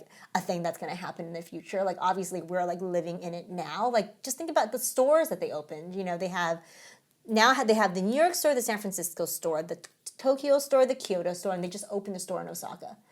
And they had all those European pop-up You forgot stores. Fukuoka. I did forget. Yeah. That's also new. Don't forget that. That's like almost, That's the newest one. You're right. Fukuoka's the new. Osaka was even earlier than. See, I can't even keep track of it anymore, and I'm in it. Not in Europe. Pop-ups. Those pop-ups are long gone. They popped up. They popped up and they popped down. And popped out. They popped up, and but they definitely have so many places now where like they're selling those games, but when you go to those stores, like we've been to many of those stores all around the world, and when you go to those stores, like the game section is like 10% of the merch. Like how many pots and pans, Animal Crossing pots and pans are you getting versus like the section of like video games? Yes. It's completely flipped around, which I find to be fascinating. And there's you could play a game in there, but no one's doing that. They're buying the stuff. So that's fascinating to me that they're just like very focused on just like the rapid opening of all these stores, and like the game presence in these stores are like pretty limited. We actually talk a lot about the IP expansion in the Mario movie spoiler cast of one of the origins of Nintendo entering the movie business. And that was from like the early 2010s. And that was kind of a survival tactic for the company at the time of like, hey, we need to start to prepare for a world where we actually need to do more to attract people to our games. Like we can't rely solely on the games. We need to find a way to survive if the games continue to not deliver and bring in the people that we need. And it just feels like that strategy has been a little warped. When you look at some of these things, it's like when you're selling somebody a $300 Deku Tree Lego, you're not expanding. I mean, you're expanding the amount of money you can make from the IP, but you're not introducing it to anybody who didn't already know about it. You're just kind of like milking your mega fans. Yeah, the original Iwata vision was all about like, let's give people of all kinds different entry points. Amiibo was one of those. Into Nintendo. Amiibo was one of those. And remember back in the day, those Amiibo were not $50. They were like, $10, $14, $12, right? I remember, we did a video on that. And he used to say all the time, like, that the whole goal of this is like, we want, new generations, kids, to find a way into the Nintendo ecosystem through a way that they can afford. And like parents who are not, always looped into Nintendo news, like they can do something with their family that's like a lower barrier to enter than like, I need to buy a whole brand new hardware and like that's expensive and I need to get all these games to just like be part of this. But no, like I can buy my family a cute, Nintendo goodie or a t-shirt or something and that still exists, but it seems like the stuff that they're really focused on are these like really, really high-end things that are really not meant for that audience at all, which means you're really like not truly doing the Iwata vision, It's not to say that they don't have things currently at the lower end. Yeah, like, they definitely you know, do. They've got all those like Hot Wheels that you can get. The My Mario stuff is like completely on the opposite of like, hey babies, like get into, Hey babies. hey babies, You babies. get into Mario. Yeah. But they just, aside from that, like they don't seem super interested in really even talking about that very much. It's like, let's always go to the highest end thing. Right. Where like at a certain point, it's like, why don't you talk about some of these other things? Because there's an audience for those, and some of those things have been around for a long time and seem popular, and you're still iterating on those lines. So like, why do those get completely shut out at the expense of the more expensive stuff? As everyone has been saying lately, we're broke. So maybe they can give us more opportunity to see, like, tell us about a $5 Hot Wheel. What other what are the things that are out there that keep you like engaged as a Nintendo fan? The other thing that I was finding really interesting recently about this whole like store expansion that they're doing, which I love. Like I'm so glad that we have the San Francisco store. You and I go there a lot, and it's fun to have these stores. And it's whenever you're in Japan, you always visit the Nintendo store. It's like a fun thing to do. Totally, like we're not like saying like this is a bad thing. But what's really interesting is that like I feel like most of Nintendo's personality, like when you see actual people, actual employees from Nintendo, it's from the store. Yes. Like, how come we're seeing the store people doing their cute little store stuff? Like, let's pick the 5 things that we're gonna buy today. Right. Like, how come we're seeing, like, how come I know their faces and their personalities way more than I do a Nintendo developer? It is curious. They're like held to a different standard. I think they're under the radar. Do we just blast them? I think there's a lot of stuff that the store's doing that is not subject to the same scrutiny of what the rest of the company is doing. Or we would have people like on our old team. We had somebody who was assigned like to the you store are the official social liaison to the store, and I don't know if that's still happening at this point, but they are given a lot more leeway to do things than the official channels go to the stores like Instagram Right. or Twitter accounts, and it's a completely different vibe than like, let me show you this very sanitized trailer on the official Nintendo of America channel or with the Nintendo Japan channel, whatever. And like, you see their faces, you know who they are. Like when I go to the store, I'm like, that was that guy. Yes. I know he likes Zelda. Yeah. He showed me his 5 top Zelda games in the store video that I watch on Instagram. Like, that's pretty ironic because I don't even think we saw Mr. Aonuma sharing his top 5 Zelda games lately. That's weird.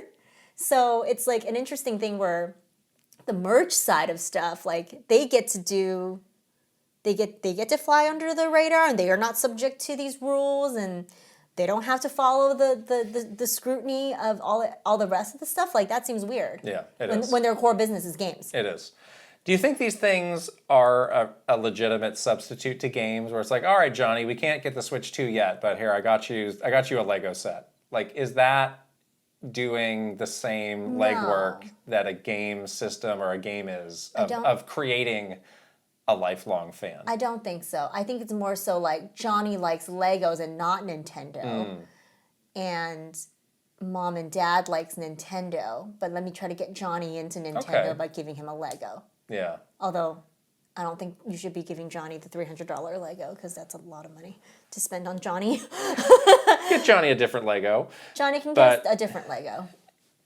Yeah, I don't know. Yeah, I guess if you didn't already have the interest in the games, you probably wouldn't be picking up the Lego. Some of these things. There's probably like a very small number of people are like, who's this guy Mario? He looks cool. I'll get this thing for him. Versus some of the stuff that they were doing in the past that was doing that job. Like, they had those big Uniqlo partnerships. Those T-shirts like were very accessible. And I think that was actually working to do the thing that you just described, which is like, well, either I can't afford to buy a Switch 2 or I'm not really playing games. I can't justify getting a dedicated Nintendo console. But gosh, I remember how much fun I had as a kid playing Mario on my NES. And like, I would love a t-shirt. To remind me of the golden days of my childhood. Or like, I would love to give my kid a matching shirt so that we could be cute together. and I could like, you know, have a nostalgic moment of sharing this like memory of myself, you know, with my kid or whatever. Like I think that's doing that thing. Okay.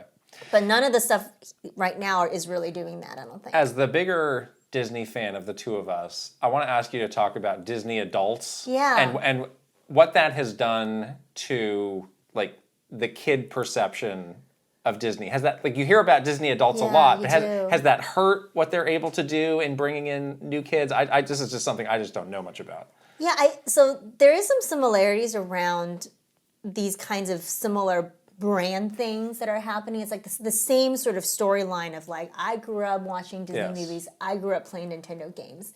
Now I'm an adult, but I still love these things, and I still want to engage. And now I've got the money to buy all this stuff. And I have the money to buy all these things. So now I'm like, and then Disney knows that, Nintendo knows that, so it's like, oh great, I have them now. Like they grew up, you know, with the love of Disney, the love of Nintendo. Now I can like suck them dry. So then they have all these things that are very expensive in both fandoms. But I think what Disney does better is that they truly do have entry points that are lower and a little bit easier for a kid to. I mean, their core business is like movies and theme parks, you know. So it's like a little bit easier than like, oh my gosh, I have to buy this like $400 thing to even be part of this conversation, this generation. But you know, even Disney has there are these huge. I saw this like huge like movement recently about like how expensive it is to go to Disneyland, and like the original they had like sort of the Iwata Vision equivalent to like the Disney Vision, which was like back in the day, Disneyland was supposed to be for like regular middle-class Americans. Like if you were just a normal person, you could go on a family vacation to Disneyland and it would be like very affordable. But now when you try to go to Disneyland as a family, it's like you have to be like in the top like 2%. You know? It's like extremely expensive to visit the theme park. So people were like upset. They were like, well, that's not fair because you basically locked like all of the middle-class people out of this experience that was supposed to be for everyday people. Yeah. That was not the original vision of this. So it's kind of the same thing. It's like, well, the original vision of this IP expansion was that like everybody has a way in. But basically with what you're doing now, you've just locked a huge percentage of those people. New asterisks, if you're rich. Yes! So unfair. Like, think about the people that are, I mean, struggling. I asked that question because, like, you know, it goes back to that thing we've mentioned a lot of times. Like, a lot of the things you think are for kids are actually for adults, and the kids have found an entirely new lane that has not been, like, you know, contaminated, you know, fully absorbed by adults. Whether it's, you know, Roblox or these other things that are kind of like mysterious to a lot of adults, and it's just like it goes back to that point we've made of like, Nintendo really does need to not take its eye off the ball of like, these kids are important. And that's your next generation of fans. It's going to take more than like a My Mario to make that happen. So that's why we talk about like, last week we talked about, the importance of a Switch 2 Lite. And just like finding actual ways entry points to make all of this much more accessible to the people who might want to get in on it but just cannot financially. Even the adults have a struggle now to get into it. Like there's every time we do any video on like the price of stuff nowadays and like the potential rising prices. And again, don't forget all of these things, Nintendo, Disney, like whatever, it's entertainment. Yes. You not a necessity. This is extra. Yeah. You need to first pay your bills. So like to even consider like, okay, after everyone has done paying their bills, like the small percentage of money they have left over for entertainment, now they're choosing. Now they're choosing between like all of these myriad of options, and if you don't give anybody any sort of accessible entry point in, they're just out. So it is really interesting how that's happening. Like you were saying, all of the stuff that Nintendo's been showcasing recently has been like really high-end stuff. Like just look at those price tags of the 5 or so most recent things that Nintendo has talked about.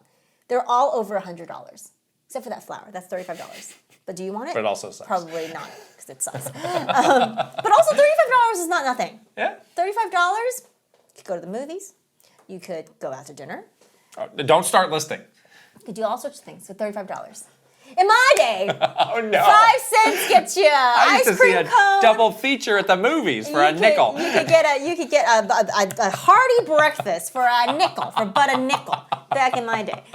Now you have some provocative thoughts about like, is this new emphasis on stuff taking focus away from games? Well, my that first I want to understand better. my first question is just an open question that I just want to talk about, which is Okay. like, will there ever be a day where the stuff makes more money than the games? Okay. They already made $1 billion off of the Mario movie. Yeah. How much money are they making off the theme parks? How much money are they making at each of those stores? And, you know, when we were at Nintendo, we only back in our day, we only had the New York store. It was previous to when they opened all the stores, right? And it was not a big deal at that point. But one thing that really stuck out to me about the New York store when we were at Nintendo was they would always say the New York store's purpose is not to make money off the stuff. The New York store is just there for marketing purposes. It's just there to have to say we have a store in Rockefeller Plaza and we can do events there. Yeah. It was supposed to be like a very expensive event space that you owned for marketing purposes. We can do a window during the holidays. Yeah. And that was drilled into us. Like the New York store was never about let's make money off of t-shirts that we're selling at the New York store. But I think nowadays that's very different because they do have a lot. And they even in their financials, they were like, you know what's up? Yeah. The year that we had the last year of Switch. That's true. That is true. It was all the merch stuff that was up. Yeah. So my question is will there ever be a day, because they're focusing so much on high-end merch in movies and theme parks, will there be a day where that stuff is more profitable than games? Yeah. And then what does that mean? Well, I want to say I don't think so, but I actually don't know. And I want to go back to Disney and I want to ask you a question, which was over time, because you said now their core businesses are movies and theme parks. Yeah. Now it's merch. Now it's merch? It's probably merch now. Historically, was it one over the other? I think it was the theme parks. And then they kind of paced them, came up around the same levels? Well, the theme park used to be very reasonably priced. Okay. So it was and there were less of them. And there was less of them. Yeah. They didn't have the worldwide expansion. But the same thing, they capitalize on merch. Yeah, I mean, I think if they capitalize on entertainment. I don't have that graph in front of me to know how much they would need to make up. But if you start to fold in movies, TV, any of that stuff into it, then that's the path for them to either get equal or get closer to equal. Keep pace, right? With games and hardware, software and hardware. So it's software, hardware, movies, theme parks, merch would be one bucket. Software, hardware would be the other bucket. So my question is, when would they equalize? Because I think they eventually will, given this path that they're on right now. Especially because we already know, merch was really good for them last year, and also the Mario movie made $1 billion. Yeah. So we already know those facts. So then that leads me to my next question, which I was thinking about, is if and when we reach the point where video games, hardware, software is equal in money to merch and entertainment, does that shift their focus away from video games? Are they going to see dollar signs? Yeah. Oh, wait, it's way cheaper for us to, it takes way less, think about the effort it takes to make a video game, right? Nowadays, it's so expensive. And we were saying, the reason why maybe the merch is happening is because the video games are so expensive to make, we have to subsidize it by making you buy a book or making you buy a stupid flower. So it's now, it's is it cheaper to, are cost in cheaper to make merch, movies, and theme parks and then get a bigger profit out of it? Does that shift Nintendo's focus towards that side more? Well, that's in the far-flung future, so it's hard to say. But I would say right now it's hard to imagine because the games are the source of the IP that are fueling everything else. Correct. But we did talk. Was this also in the Mario spoiler cast where we talked about hey, in the future, what if they wanted to debut a new character in a movie? Yeah, we did talk about that in the Mario spoiler cast. And then that's where things start to change, where you could say we've established enough IP in the games that we can take a gamble and see what happens if we introduce Bowsette in the next Mario movie.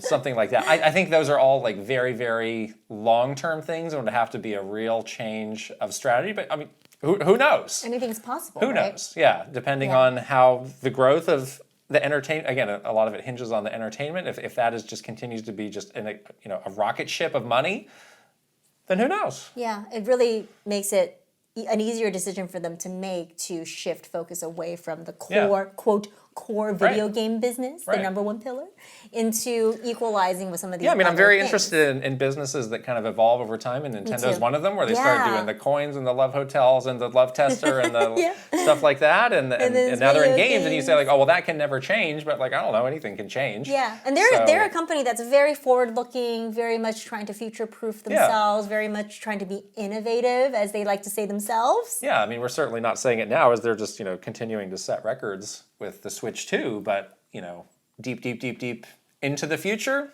who knows? Yeah, it's an interesting thing to watch the evolution happening. And like truly, I think within the last, year-ish, year and change, and as we move into more of 2026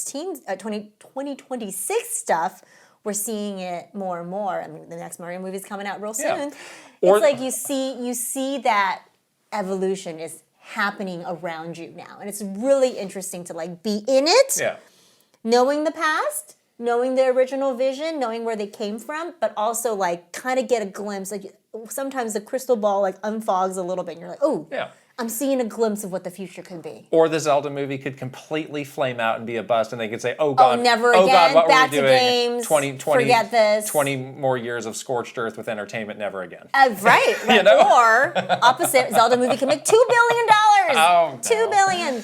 And win an Oscar. Best picture. Best picture. Best everything. Yes. Best, Mr. Miyamoto's up there with an Oscar. Yes. It could be that. And they're like, that's it. Forget these games. We're making movies. We're making expensive Legos, and that's it. Great. That's all you get. Movies and Legos. Can't wait for that. That's the business model. I'm going to be so excited. That's the business model. Yes. Movies and Legos. While we still have things to talk about, let's take a question from our Patreon subscribers. That has nothing to do with what we have been talking about here. I loved your recent video about doing some early spring cleaning in the studio. It got me thinking, do you ever regret throwing away boxes from collector's editions or figures? Sometimes the packaging is so well done that it feels wrong to toss it, like the Legend of Zelda Master Sword box. How do you usually decide what's worth keeping and what isn't? Are there any boxes you wish you had held on to? For me, it would be the Wind Waker HD Collection Collector's Edition box and my Mad Catz Street Fighter Cross Tekken Fight Stick box. Wow. Well, behind us, we have a Switch 2 box. I asked you. Right off camera, we have our Zelda Master Sword box. That box is pretty cool. If you say that, you want to throw everything away. Well, I asked you when we were spring cleaning if I could throw away the Switch 2 box, and you said no. Well, this is a prop on our set. Why would we throw any of that away? Because we have other things that we can put there. This is a garbage-looking box. I think that's an important establishing point of what we're here to talk about. Okay. Yes. What would you like to put in its place? I don't know. Great answer. Rocky 2? I don't know. Rocky 2's He's right there. We have plenty of things that we could put there. That Korok, those Pikmin. My head is spinning right now. That Bowser Lego. My head is spinning now. More Legos. So what about that box? What do you like about that box? I like it because it fits perfectly in that little nook. We have this little corner that's like between a window and another wall. I'm literally looking at it. I'm looking past the camera at the box. And somehow when we were like unboxing it and putting it together, I just like stuck it there, and it just fits there so nicely. Yeah, and it looks pretty. You're typically a hardliner with boxes. Like throw it all away. I'm not, but I'm also I don't like so the Banjo-Kazooie amiibo that I got. I took it out of the thing and I threw it away. I don't keep them in the box. I don't keep the box. Yeah. At some point it's like, come on, we can't keep all this stuff around. But game console boxes are one that I do like to hold because again I want to hold on to that's just like again it's like the little like museum that is becoming my house of this was what this was. This was the full experience of it. This was what it came in. I do think that's something that's interesting. Do you have the original Switch box? And important. Oh yeah. Do Do you have a I didn't 3DS always box? I think, let's see, how far back does that go? Maybe Wii, maybe? You have a Wii box? I don't know, actually. I would need to go and check. Oh. I would need to go and check. Can I come to your house and throw your stuff away? No. You're not allowed. This is a problem. So, but otherwise, a sickness. Otherwise, pretty much any box, unless it's like part of, so like, for example, the Fire Emblem Collector's Edition comes in a special box that holds all of the pieces. Yeah, the things need to be going back into the thing. Right. There's like a little slot for the art book. There's a little slot for the doohickey. I would not throw that away because then it's like, then I just got, what's the point of that then? stuff just strewn about. Yeah, no, I get that. Otherwise, like, no, I'm not really trying to keep all these boxes. Yeah, we did pretty good. Like, I did convince you to throw a lot of boxes away. Yeah. When we spring cleaned. Yeah, okay. Yes. Riven has a question. What were Reggie and Iwata like when they were really angry? Anger can take many different forms, so I'm really curious about this. Oh. Did you ever see Angry Reggie? I don't think I did. Which may be a surprise if like, oh, he's big tough guy, but Hulk smash! No, I never saw I don't think I ever saw him get really I've seen him annoyed. I've seen him stern. Yeah. Yeah. Annoyed and stern, but not like angry. He never lost it. No. That would be bad. I think that would be really scary. Flipping tables and punching through walls. This is where he like zaps you with a Fizmek you. That's what he was like. He was like that. Yeah. He was like that. He was Fizmek when he was really angry. No. He's very, very like. No, I mean, I think calm. That's part of his like strength as a leader. Yeah, exactly. You don't let things get to you. Things are under control. Like I'm not reaching the point where I'm breaking under this. It's like no matter how bad. Yeah, I have to keep it together so you all can keep it together. We need to all be calm and collected and figure things out. Right. Yes. The annoyed Reggie was kind of like if a conversation, for example, you're in a meeting and people are just like going in circles, right? That happened a lot at Nintendo. It's like you're in an executive meeting, there's like some dissent, some sort of argument or disagreement over some strategy, and then a lot of times he'll be like, I'm over this. Yeah. You've been talking about this for like upwards of 15 minutes and no one is getting anywhere. Yeah. And he'll step in from a place of goodwill and be like, look, we gotta move on. Let's move on. Let's table it. Yeah. Let me give you some instructions on how y'all can work this out on your own time. But that was while I'm not here, sort of like he doesn't want his time stop wasted. Wasting my time. He would also do this move in meeting. It was often like when other people were having a conversation, he would be like doing something, and he also wear the glasses. I don't know if people like knew that Reggie would wear glasses, and you would tell something was wrong because he would look up and he would kind of take the glasses down a little bit and do like and kind of look over the glasses at you, raised eyebrow. And that was often the precursor to I'm setting the glasses down and now I'm going to tell you. And everybody gets a lecture. Knock it the heck off. Yeah, that was what it was. But it wasn't like he was being mean. No. He was just trying to stop people from. He's like, you're going in circles. Churning, right? People churned a lot. You're wasting everybody's time. At Nintendo, that happened all the time. So he would have to step in to be like, look, let's move on. Yeah. So that was him. Mr. Iwata, I've never seen him angry, but there was one time where I saw him pretty stressed out. It was during that one E3 where 2015 E3. 2015 E3. It was the first time we were streaming the press conference, I believe. What? Was it that? What are you talking about? No, this was like the Star Fox Zero Nuppets year that had just gone terribly. No. There was a year before that. Oh, before that. Oh, okay. There's a year before that where we used to use this horrible stream. Ustream? Ustream, thank you. Which could be no stream because it didn't work. Okay. And it was terrible. So they were using that service to stream the press conference at E3. And the stream, basically, it was broken. Stream died. The stream died, and especially in Japan. And the Japanese fans were like really pissed off. And he was pretty stressed out about that. Okay, I don't think I was there when that happened. I was backstage with him. I actually was the one that was leading him from the stage to backstage, and he had already opened his computer and was like walking with me and his computer, and this other Hollywood song was there because he used to manage Ustream. Yes. So he was there, and we were walking, and he was like, you can visibly tell that he was getting like he wasn't like yelling or mad. He was just like, we need to fix this. Like, this is not acceptable. Like, he was getting pretty pretty annoyed, pretty like I'm about to be like over this like any second now. And I actually had a question for her, and I was smart enough to be like, save the question for later. That was not a good time. Nope. And I was just like, well, like here's your dressing room. I'm gonna leave. Yeah.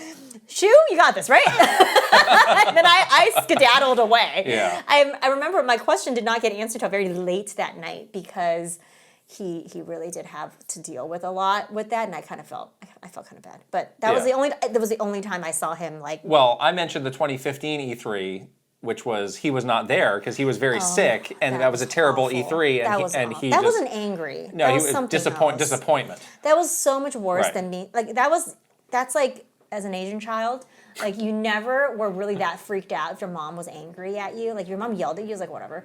But if your mom was disappointed in you, that was the time when you're like, I messed up. I really messed up. And that was what happened. It's traumatizing, seriously, to think about because it's like, he was on like a video conference and it was really late at night, our time already. Yeah. Like it was like way after hours, but it was like morning his time in Japan. And yeah, he didn't look well. And you can just tell at how disappointed he was. And you just felt your stomach like, you're like, we failed. Like we totally failed. And it was so bad. Right. And like I think after that thing was over, all of us were just like shell shocked from the whole thing. We just sat silently for like a good couple of minutes just to like, come back out of it because it was like so bad. But he wasn't mad. He was just really disappointed. And it wasn't really a particular person. It was just on a whole, and it was so bad. Beyond those two, there were not really any instances of people like losing it and like going off, but there were definitely a lot of like, I'll very calmly dress you down. I'm going to save it for a story time. Okay. Because I remember this one incident now, and I was like, that person showed up. Like saying like pretty crazy things, but always in like a very calm manner, and you just have everybody just like silently like endure it. Like, okay. Yep. Yeah, there's one incident that I remember that was somebody losing it. That was pretty funny that I'll save for a story time because I don't want to get in trouble. Let's move on to the games we are playing. And you kind of have nothing this week. Well, I had a really big issue, unfortunately. So well, why don't you get us started with your issue? I was so excited because you game shared to me Dynasty Warriors Origins on my Switch 2, and I was really excited to play it. And I did play it. Right. I was playing it. Right. I was like into it. I was having so much fun. Game was great. It actually ran really well on a Switch. Yeah. And then over the weekend when I was like, I'm so excited to play more of this game. I was kind of in like the big like second area, and I had just met like some of the other like main characters like Cao Cao and Liu Bei and like all those other like big main characters. We were like on our first mission together, and I was like, this is awesome, this is so cool. And I had basically a game ending bug that what happened?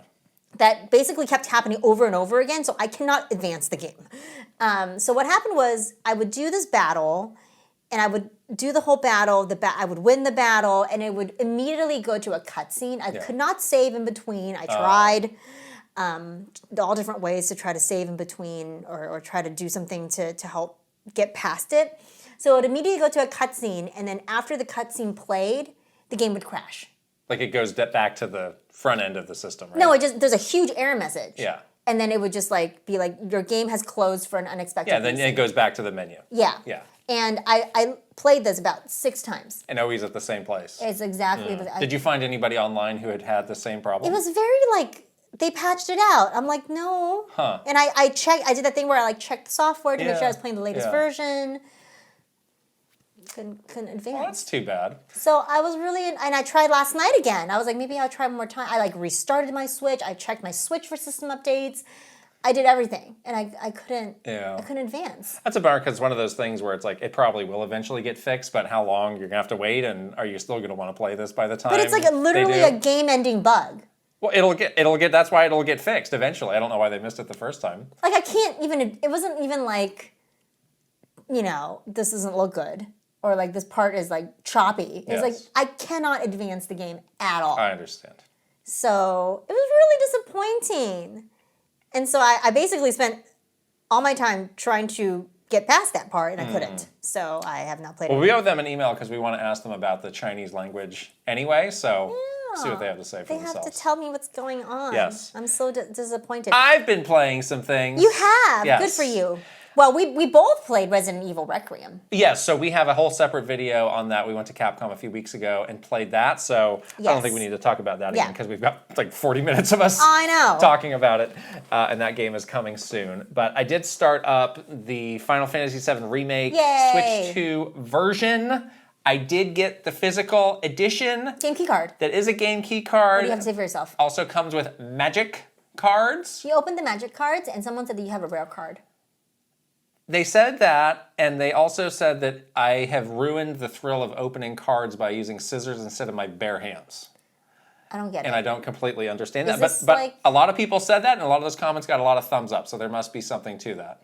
Okay, well maybe the next pack of cards you open, you do it with your bare hands and see if it sparks Feel more joy. The rush of excitement. Of life in your fingers. Yes. So this is a game that came out in 2020. We both played it originally on the PS4. This was remember that late run of PS4 games where it's like, we don't need a PS5 because these games are awesome. Look great. They look great. It was like Ghost of Tsushima and then this game. Yes. Yep, I totally remember that. And God of War. I have really good memories of playing this game, and we've obviously since gone on to play Rebirth. So there's a lot of Nintendo fans have not had these games. No. It's been a long time since they've had a numbered Final Fantasy. So just to be very clear about what this is, so they took Final Fantasy VII, the original PlayStation game. Right. They are doing a new trilogy. Right. Based on that. They're taking one game and they're expanding it into three games. This is the first game. The second game came out, was it last year or the year before? The year before. Recently on the PS5. They said that's coming to the Switch 2 as well. The third game is out nowhere, but they have been kind of hinting at things that's coming in the future. We might get some big reveal of that this year, but that is not out and we don't really know much about. You and I have played Final Fantasy VII Remake on PS4. We've also played Final Fantasy VII Rebirth on PS5. Yes. We have a spoiler cast on that game. Yes. On Rebirth. So, and we will soon have a spoiler cast on Final Fantasy VII Remake. Much to your chagrin. Much to my chagrin. But we will. We're both really excited to go back to this game because it's been a hot minute since we played this game back in 2020, which is 6 years. And it's interesting to go back to this one because it is a really different kind of game than Rebirth, where Rebirth introduced all these open world areas and all of this. That's right. It's a much larger in scope game, whereas Remake is really focused on what would you say the amount of time in base Final? It's like a couple hours. It's the first couple hours. It's like the first 4 hours. Right. So they took the first 4 hours out of that game and they made it into like a 20-hour game. A 40-hour RPG. Yes. Exactly. Out of that, which is pretty remarkable. But it takes place, in Midgar in some very relatively tight, small areas compared to just this wide open stuff of Rebirth. So that's been very interesting to go back to. The game is definitely it's got a much more laid back feel to it, even though there's a lot of action, there's a lot going on. I don't know, there's something about it that I find to be very relaxing of going back to this game. There's a lot of walking around, a lot of kind of walking through, and then you're at the house a lot. Yeah, you're visiting people's houses. You're getting to know the characters. This game does have a very similar, between this and the second game, they didn't change up the battle system very much, but it is a really great amazing battle system that kind of combines real-time action and turn-based stuff. Yes, strategy. With so good. A lot of complexity and depth to it. Yes. To the point where even I've played this game once and the other game once, and going back to it, it's gosh, there's still new little wrinkles to it that I can find, and you can bounce between all the characters and customize them. So that for me is a big attraction to it. And they now added all these other kind of accessibility things where you can, helpful for people who've played the game before, you can speed up certain things, or you can customize how much damage you do, and or if you're I actually don't want to fool around with these fights at all, you can have it so every hit is 99999 damage. I am not doing that for the record, but I do have an option where I can speed up some of the cutscenes, or if it's all right, I want to, I remember what's going on. I don't want to skip it, but I do want to go through it a little bit faster. There's a lot of options for that there. That's great. But a lot of the discussion of this is like, how does it look? And I think that's fair because it's one of the better looking Switch 2 games. Yeah. And it is a very ambitious game.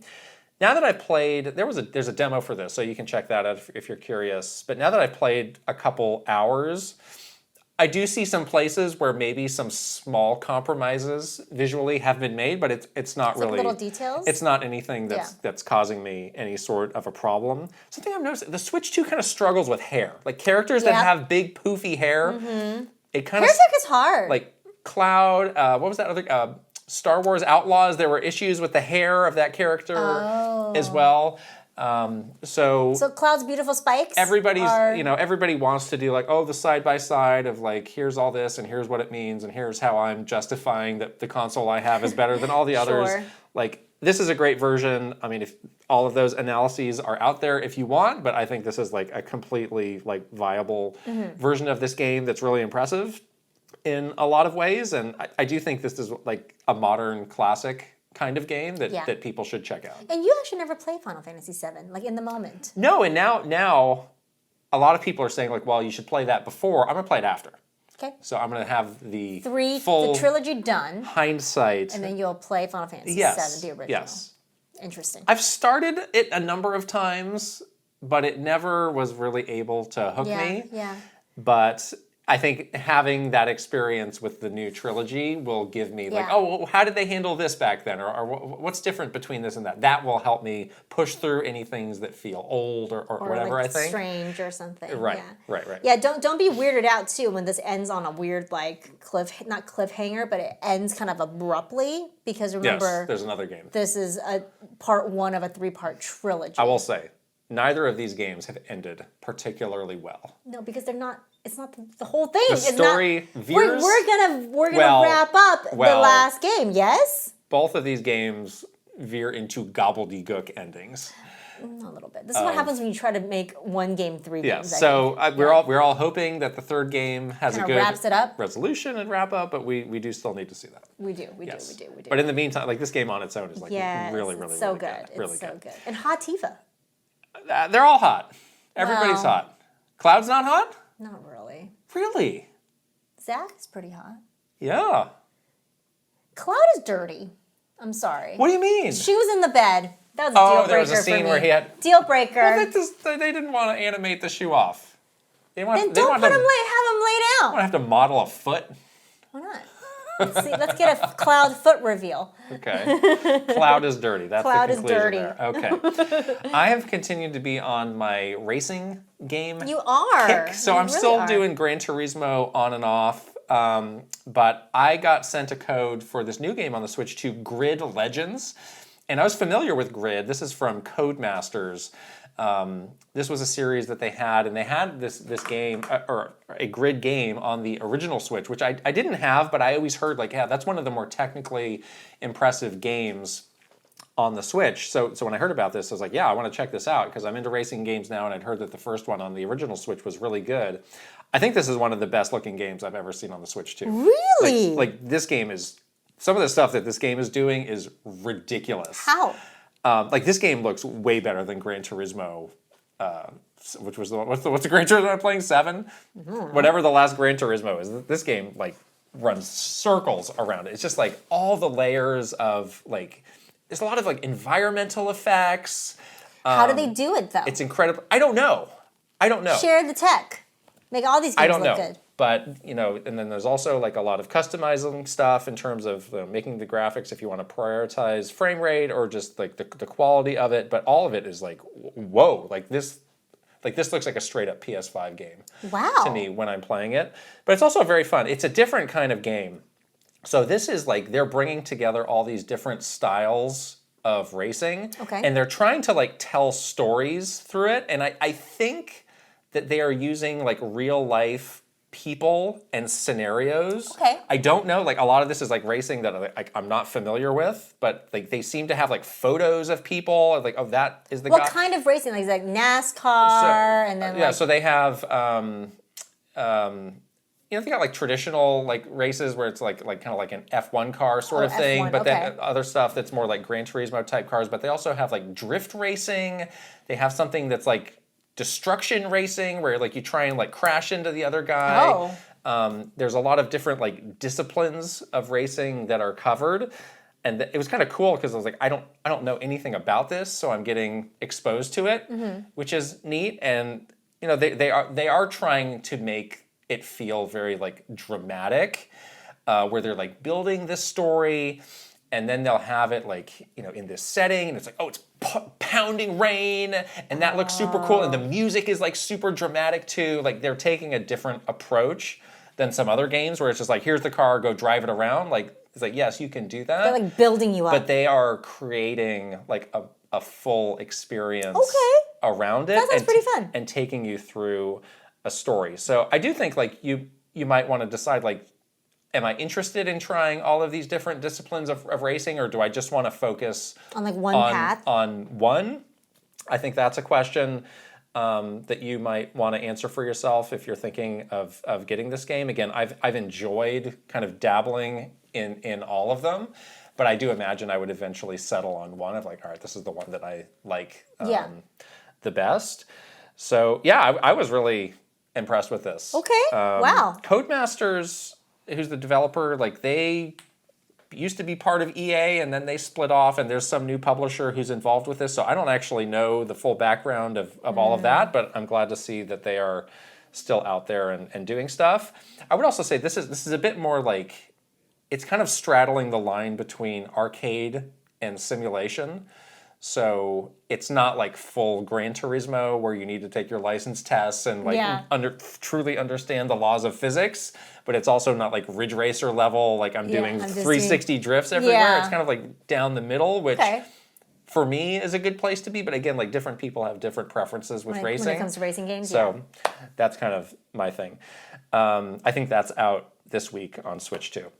The other game, again, since I'm on this racing kick, a game that I've had on my wish list for a long time and just recently went on sale, so I picked it up, is Art of Rally, which is a game that came out a couple years ago on the original Switch. And I always was kind of curious about it because I think we talked about all these different disciplines of racing. Rally racing is the one that I like the best, where it's like kind of like off-road. And a lot of times it's like the hill climb where you're going up this steep cliff. Yeah, you see like all these blind turns. There's just like sheer like cliffs of you to fall off, and you get these great vistas of going out there. This is more like a cartoony look though, right? So this is interesting because this is like an indie take on a racing game. Yes, exactly. And that's not something you typically see. It's typically like, okay, with a racing game, we need to focus on the realism. We need to get these licensed cars or we can't do it. It's like, this has none of that. So it has a very stylistic art style that I think is really nice. But some people, I don't know, I have a feeling it may not click with everybody.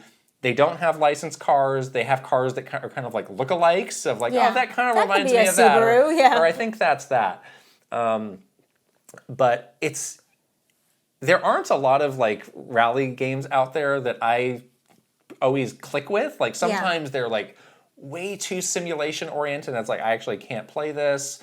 Or there's just like a lot of shovelware also in this space too. And I think this is like, they really do like love the subject matter, but I think they were like, for us to make this game, like how can we actually deliver it? So it's got this unique art style. It doesn't have the licensed cars, but like the driving is really good. You do get that feeling of like off-road driving. Barely have enough control of my car to get through this because I'm not on a paved road and I'm on all these different surfaces. And they have, they're going to give me different degrees of control. So if you're just like, I'm just going to floor it through this whole race, it's like you're not going to be getting far because it's like this very careful dance of like what is just enough when to accelerate, throttle, when to brake, yeah. all of that.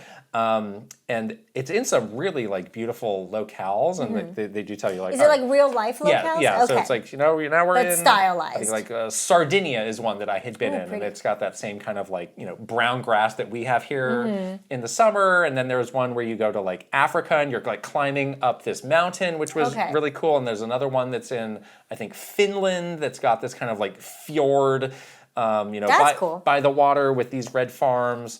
So I really like the art style of it. Again, it is not like pushing any sort of realism. It's going much more for like art style over that. And it just made me think like, yeah, there are some genres that like it would be interesting to get a more indie take on that, which is why I find this game cool and unique. Yeah. Yes. Well, next week you'll play a game, hopefully. I will.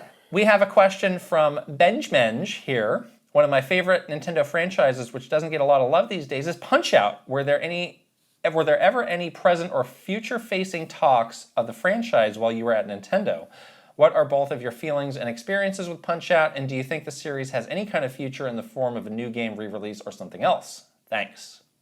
Oh, Punch-Out! Was the first game you ever worked on. It was. My very first day at Nintendo. They said, here, you're working on Punch-Out!, which is exciting. And that was great. You liked that project. I was really happy that about was the Wii version of Punch-Out! Wii that you Punch-Out! were working on. That was Next Level Games. We actually have some fun stories about that. Was the last Punch-Out! that we had came out. Yes. And it's interesting because that version sold pretty well. It really did. Like, I think that got close to like 1 million copies sold in the US, and I think it was far and away, more popular in the US than other places. But it's not like it was some sort of commercial bomb or anything. Not at all.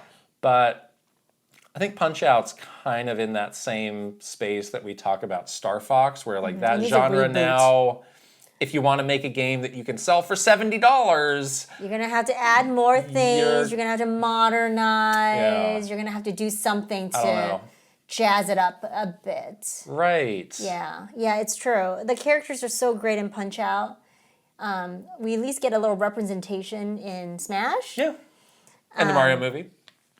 And the Mario movie, who can forget that?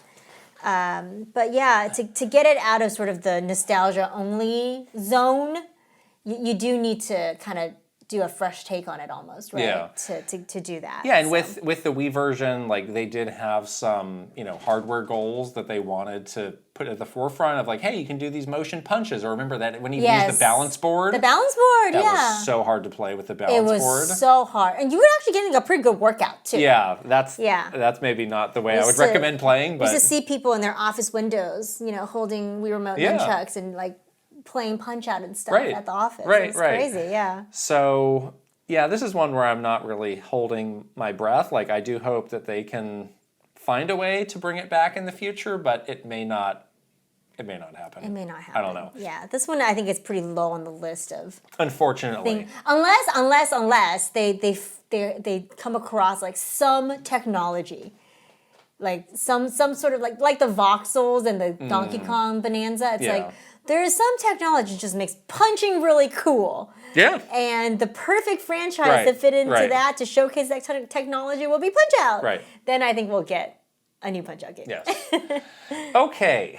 We're going to wrap up this episode we wanted to talk about the Mario Galaxy movie because we did the whole reaction to that, and we wanted to ask our Patreon community just what they thought because it seemed like most people were down with the trailer and liked it, but it's always good to know what people have to say about it. So here's what a couple people told us. Tamara Rhymes with Hammer said, as a longtime Mario fan, I'm feeling super excited for the movie. The introduction of Yoshi, the countless Easter eggs ranging from Mouser in Super Mario Bros. 2 to the Super Scope. It's a Mario fan's dream come true. I also really like that Mario and Luigi are looking to have a lot more screen time together, something I would have liked to see in the first movie, but are finally going to be realized here. Bring on April 1st. Tamara Rhymes with Hammer's Tamara Rhymes with Hammer's profile photo is a picture of the three of us. That makes it even all the more painful that you cannot say Tamar's name. Tamara Rhymes with Hammer. Tamara. Did you see it? I see it. Isn't that so cute? I do, yes. That's what I said about Mario and Luigi. It's cool that they're on an adventure together this time around. Yeah, in the first trailer, there was kind of like not really any Mario to speak of. It's like, where's Mario in the Mario movie? Yeah. Yeah. Gartooth says, it looks really fun, but I do wonder if they're shortening the lifespan of this franchise by tackling too many popular characters and game tributes all at once. A lot of things in the trailer barely had involvement with the theme of Mario Galaxy, such as sequences pulled from games like Odyssey, Yoshi's Island, and Super Mario Bros. 2. I think the only iconic stuff as far as general public would be aware of that they're really leaving room for in a sequel is the Koopalings, Daisy, and Wario. Who's to say those are not in this movie? I actually really agree with this take. Yeah, you were saying that too, where like it's interesting how the entire trailer played and we didn't see any galaxy things. We just saw lots of references to things still within the Mushroom Kingdom.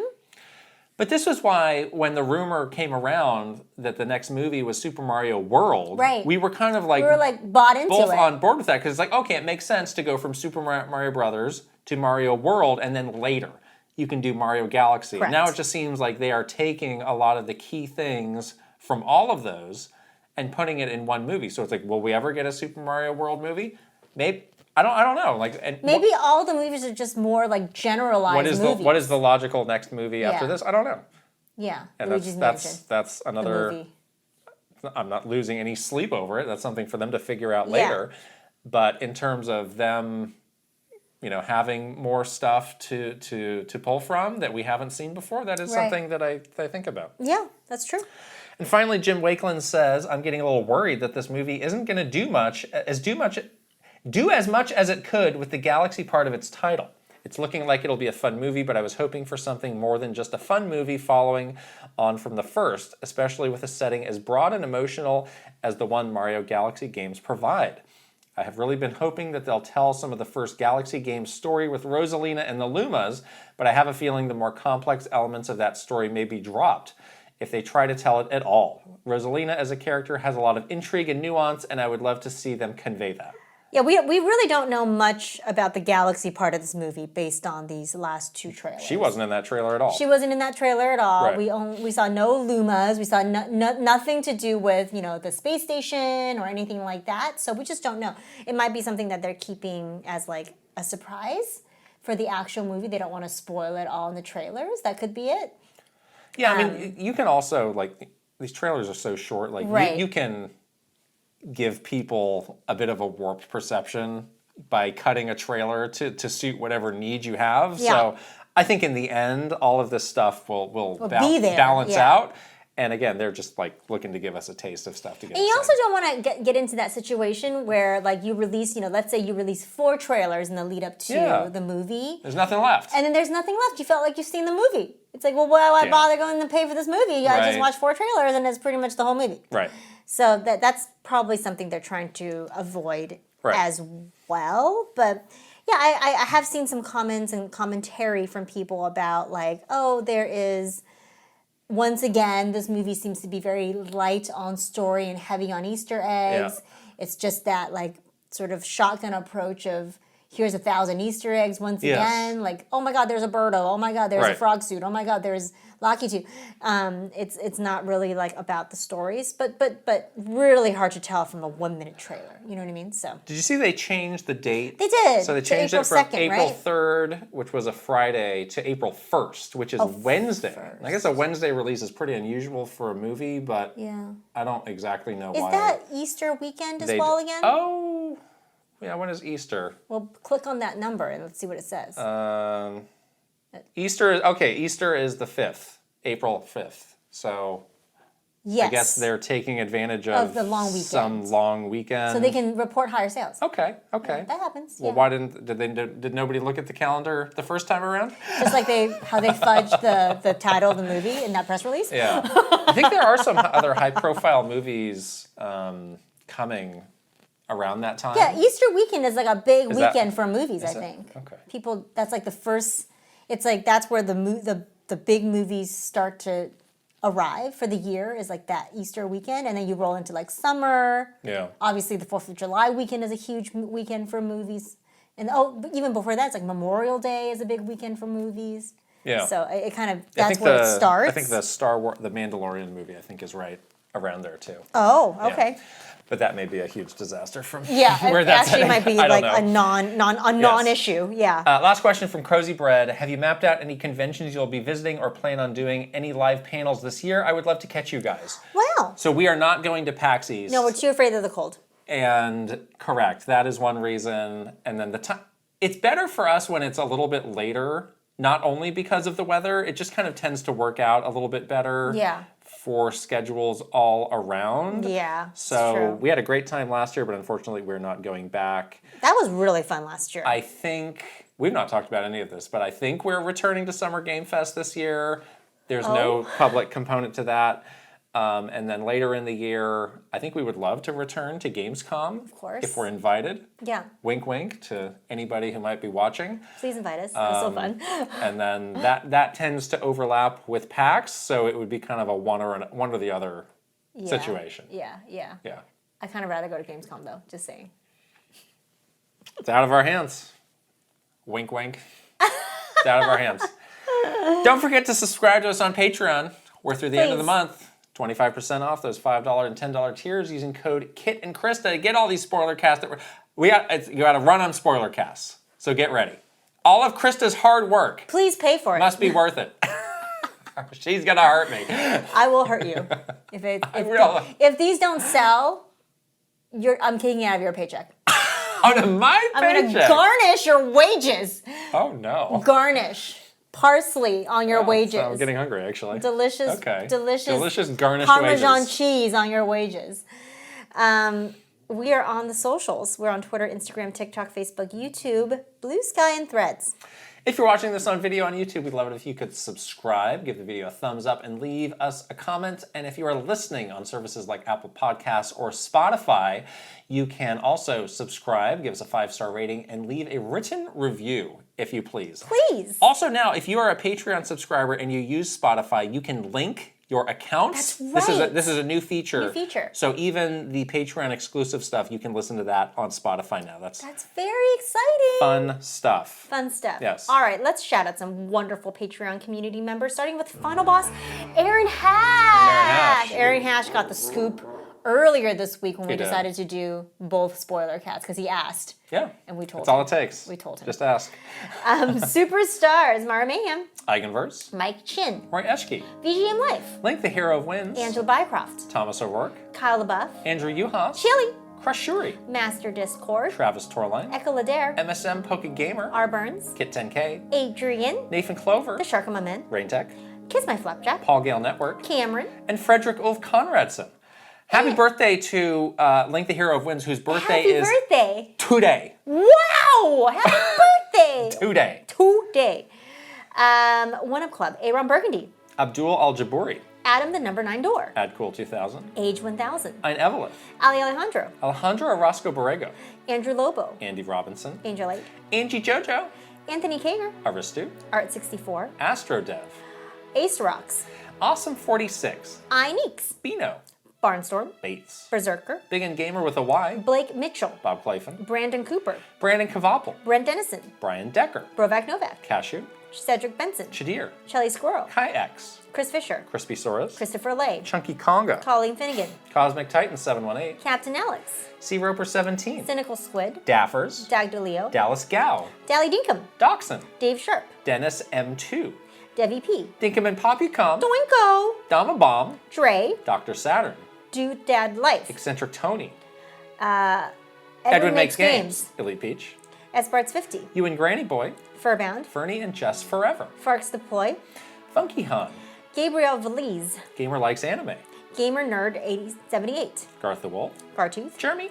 Gianni. Jin Wolf. Guilty Phoenix 42. H3. Heyo Jose. Ike and Snake. Ira Bell. Iris Marin. It's your boy, J Hov. Ivancito. Jay Rando. Jake B.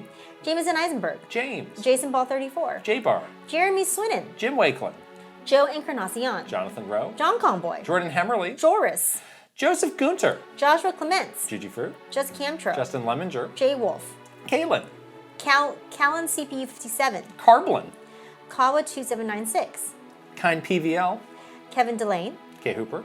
Kilo Kibo. Kyle Gamer. Barry Rookie. Kyle 325. Kyle Kretzer. Kyle R. Smith. Larry Fitzpatrick. Lazy Cat for Coffee. Leo Rao. Lex. Link 9898. Linko. Litton. Louise. Luke Hayabusa Kramer. Luna B. Lynn. Macho Potato. Mac the Cat. Mad Dog 5981. Magnificent Easy G and Callie Marie. Malcolm. Mario Man 392. Marky Man 64. Mary Cohen Colson. Matt GPT. Matthias. Maverick Nate. Megan. May plus Leon. Michael Mazer. Michael O'Hara. Michael Wong. Mikey. Mikey Macaroni.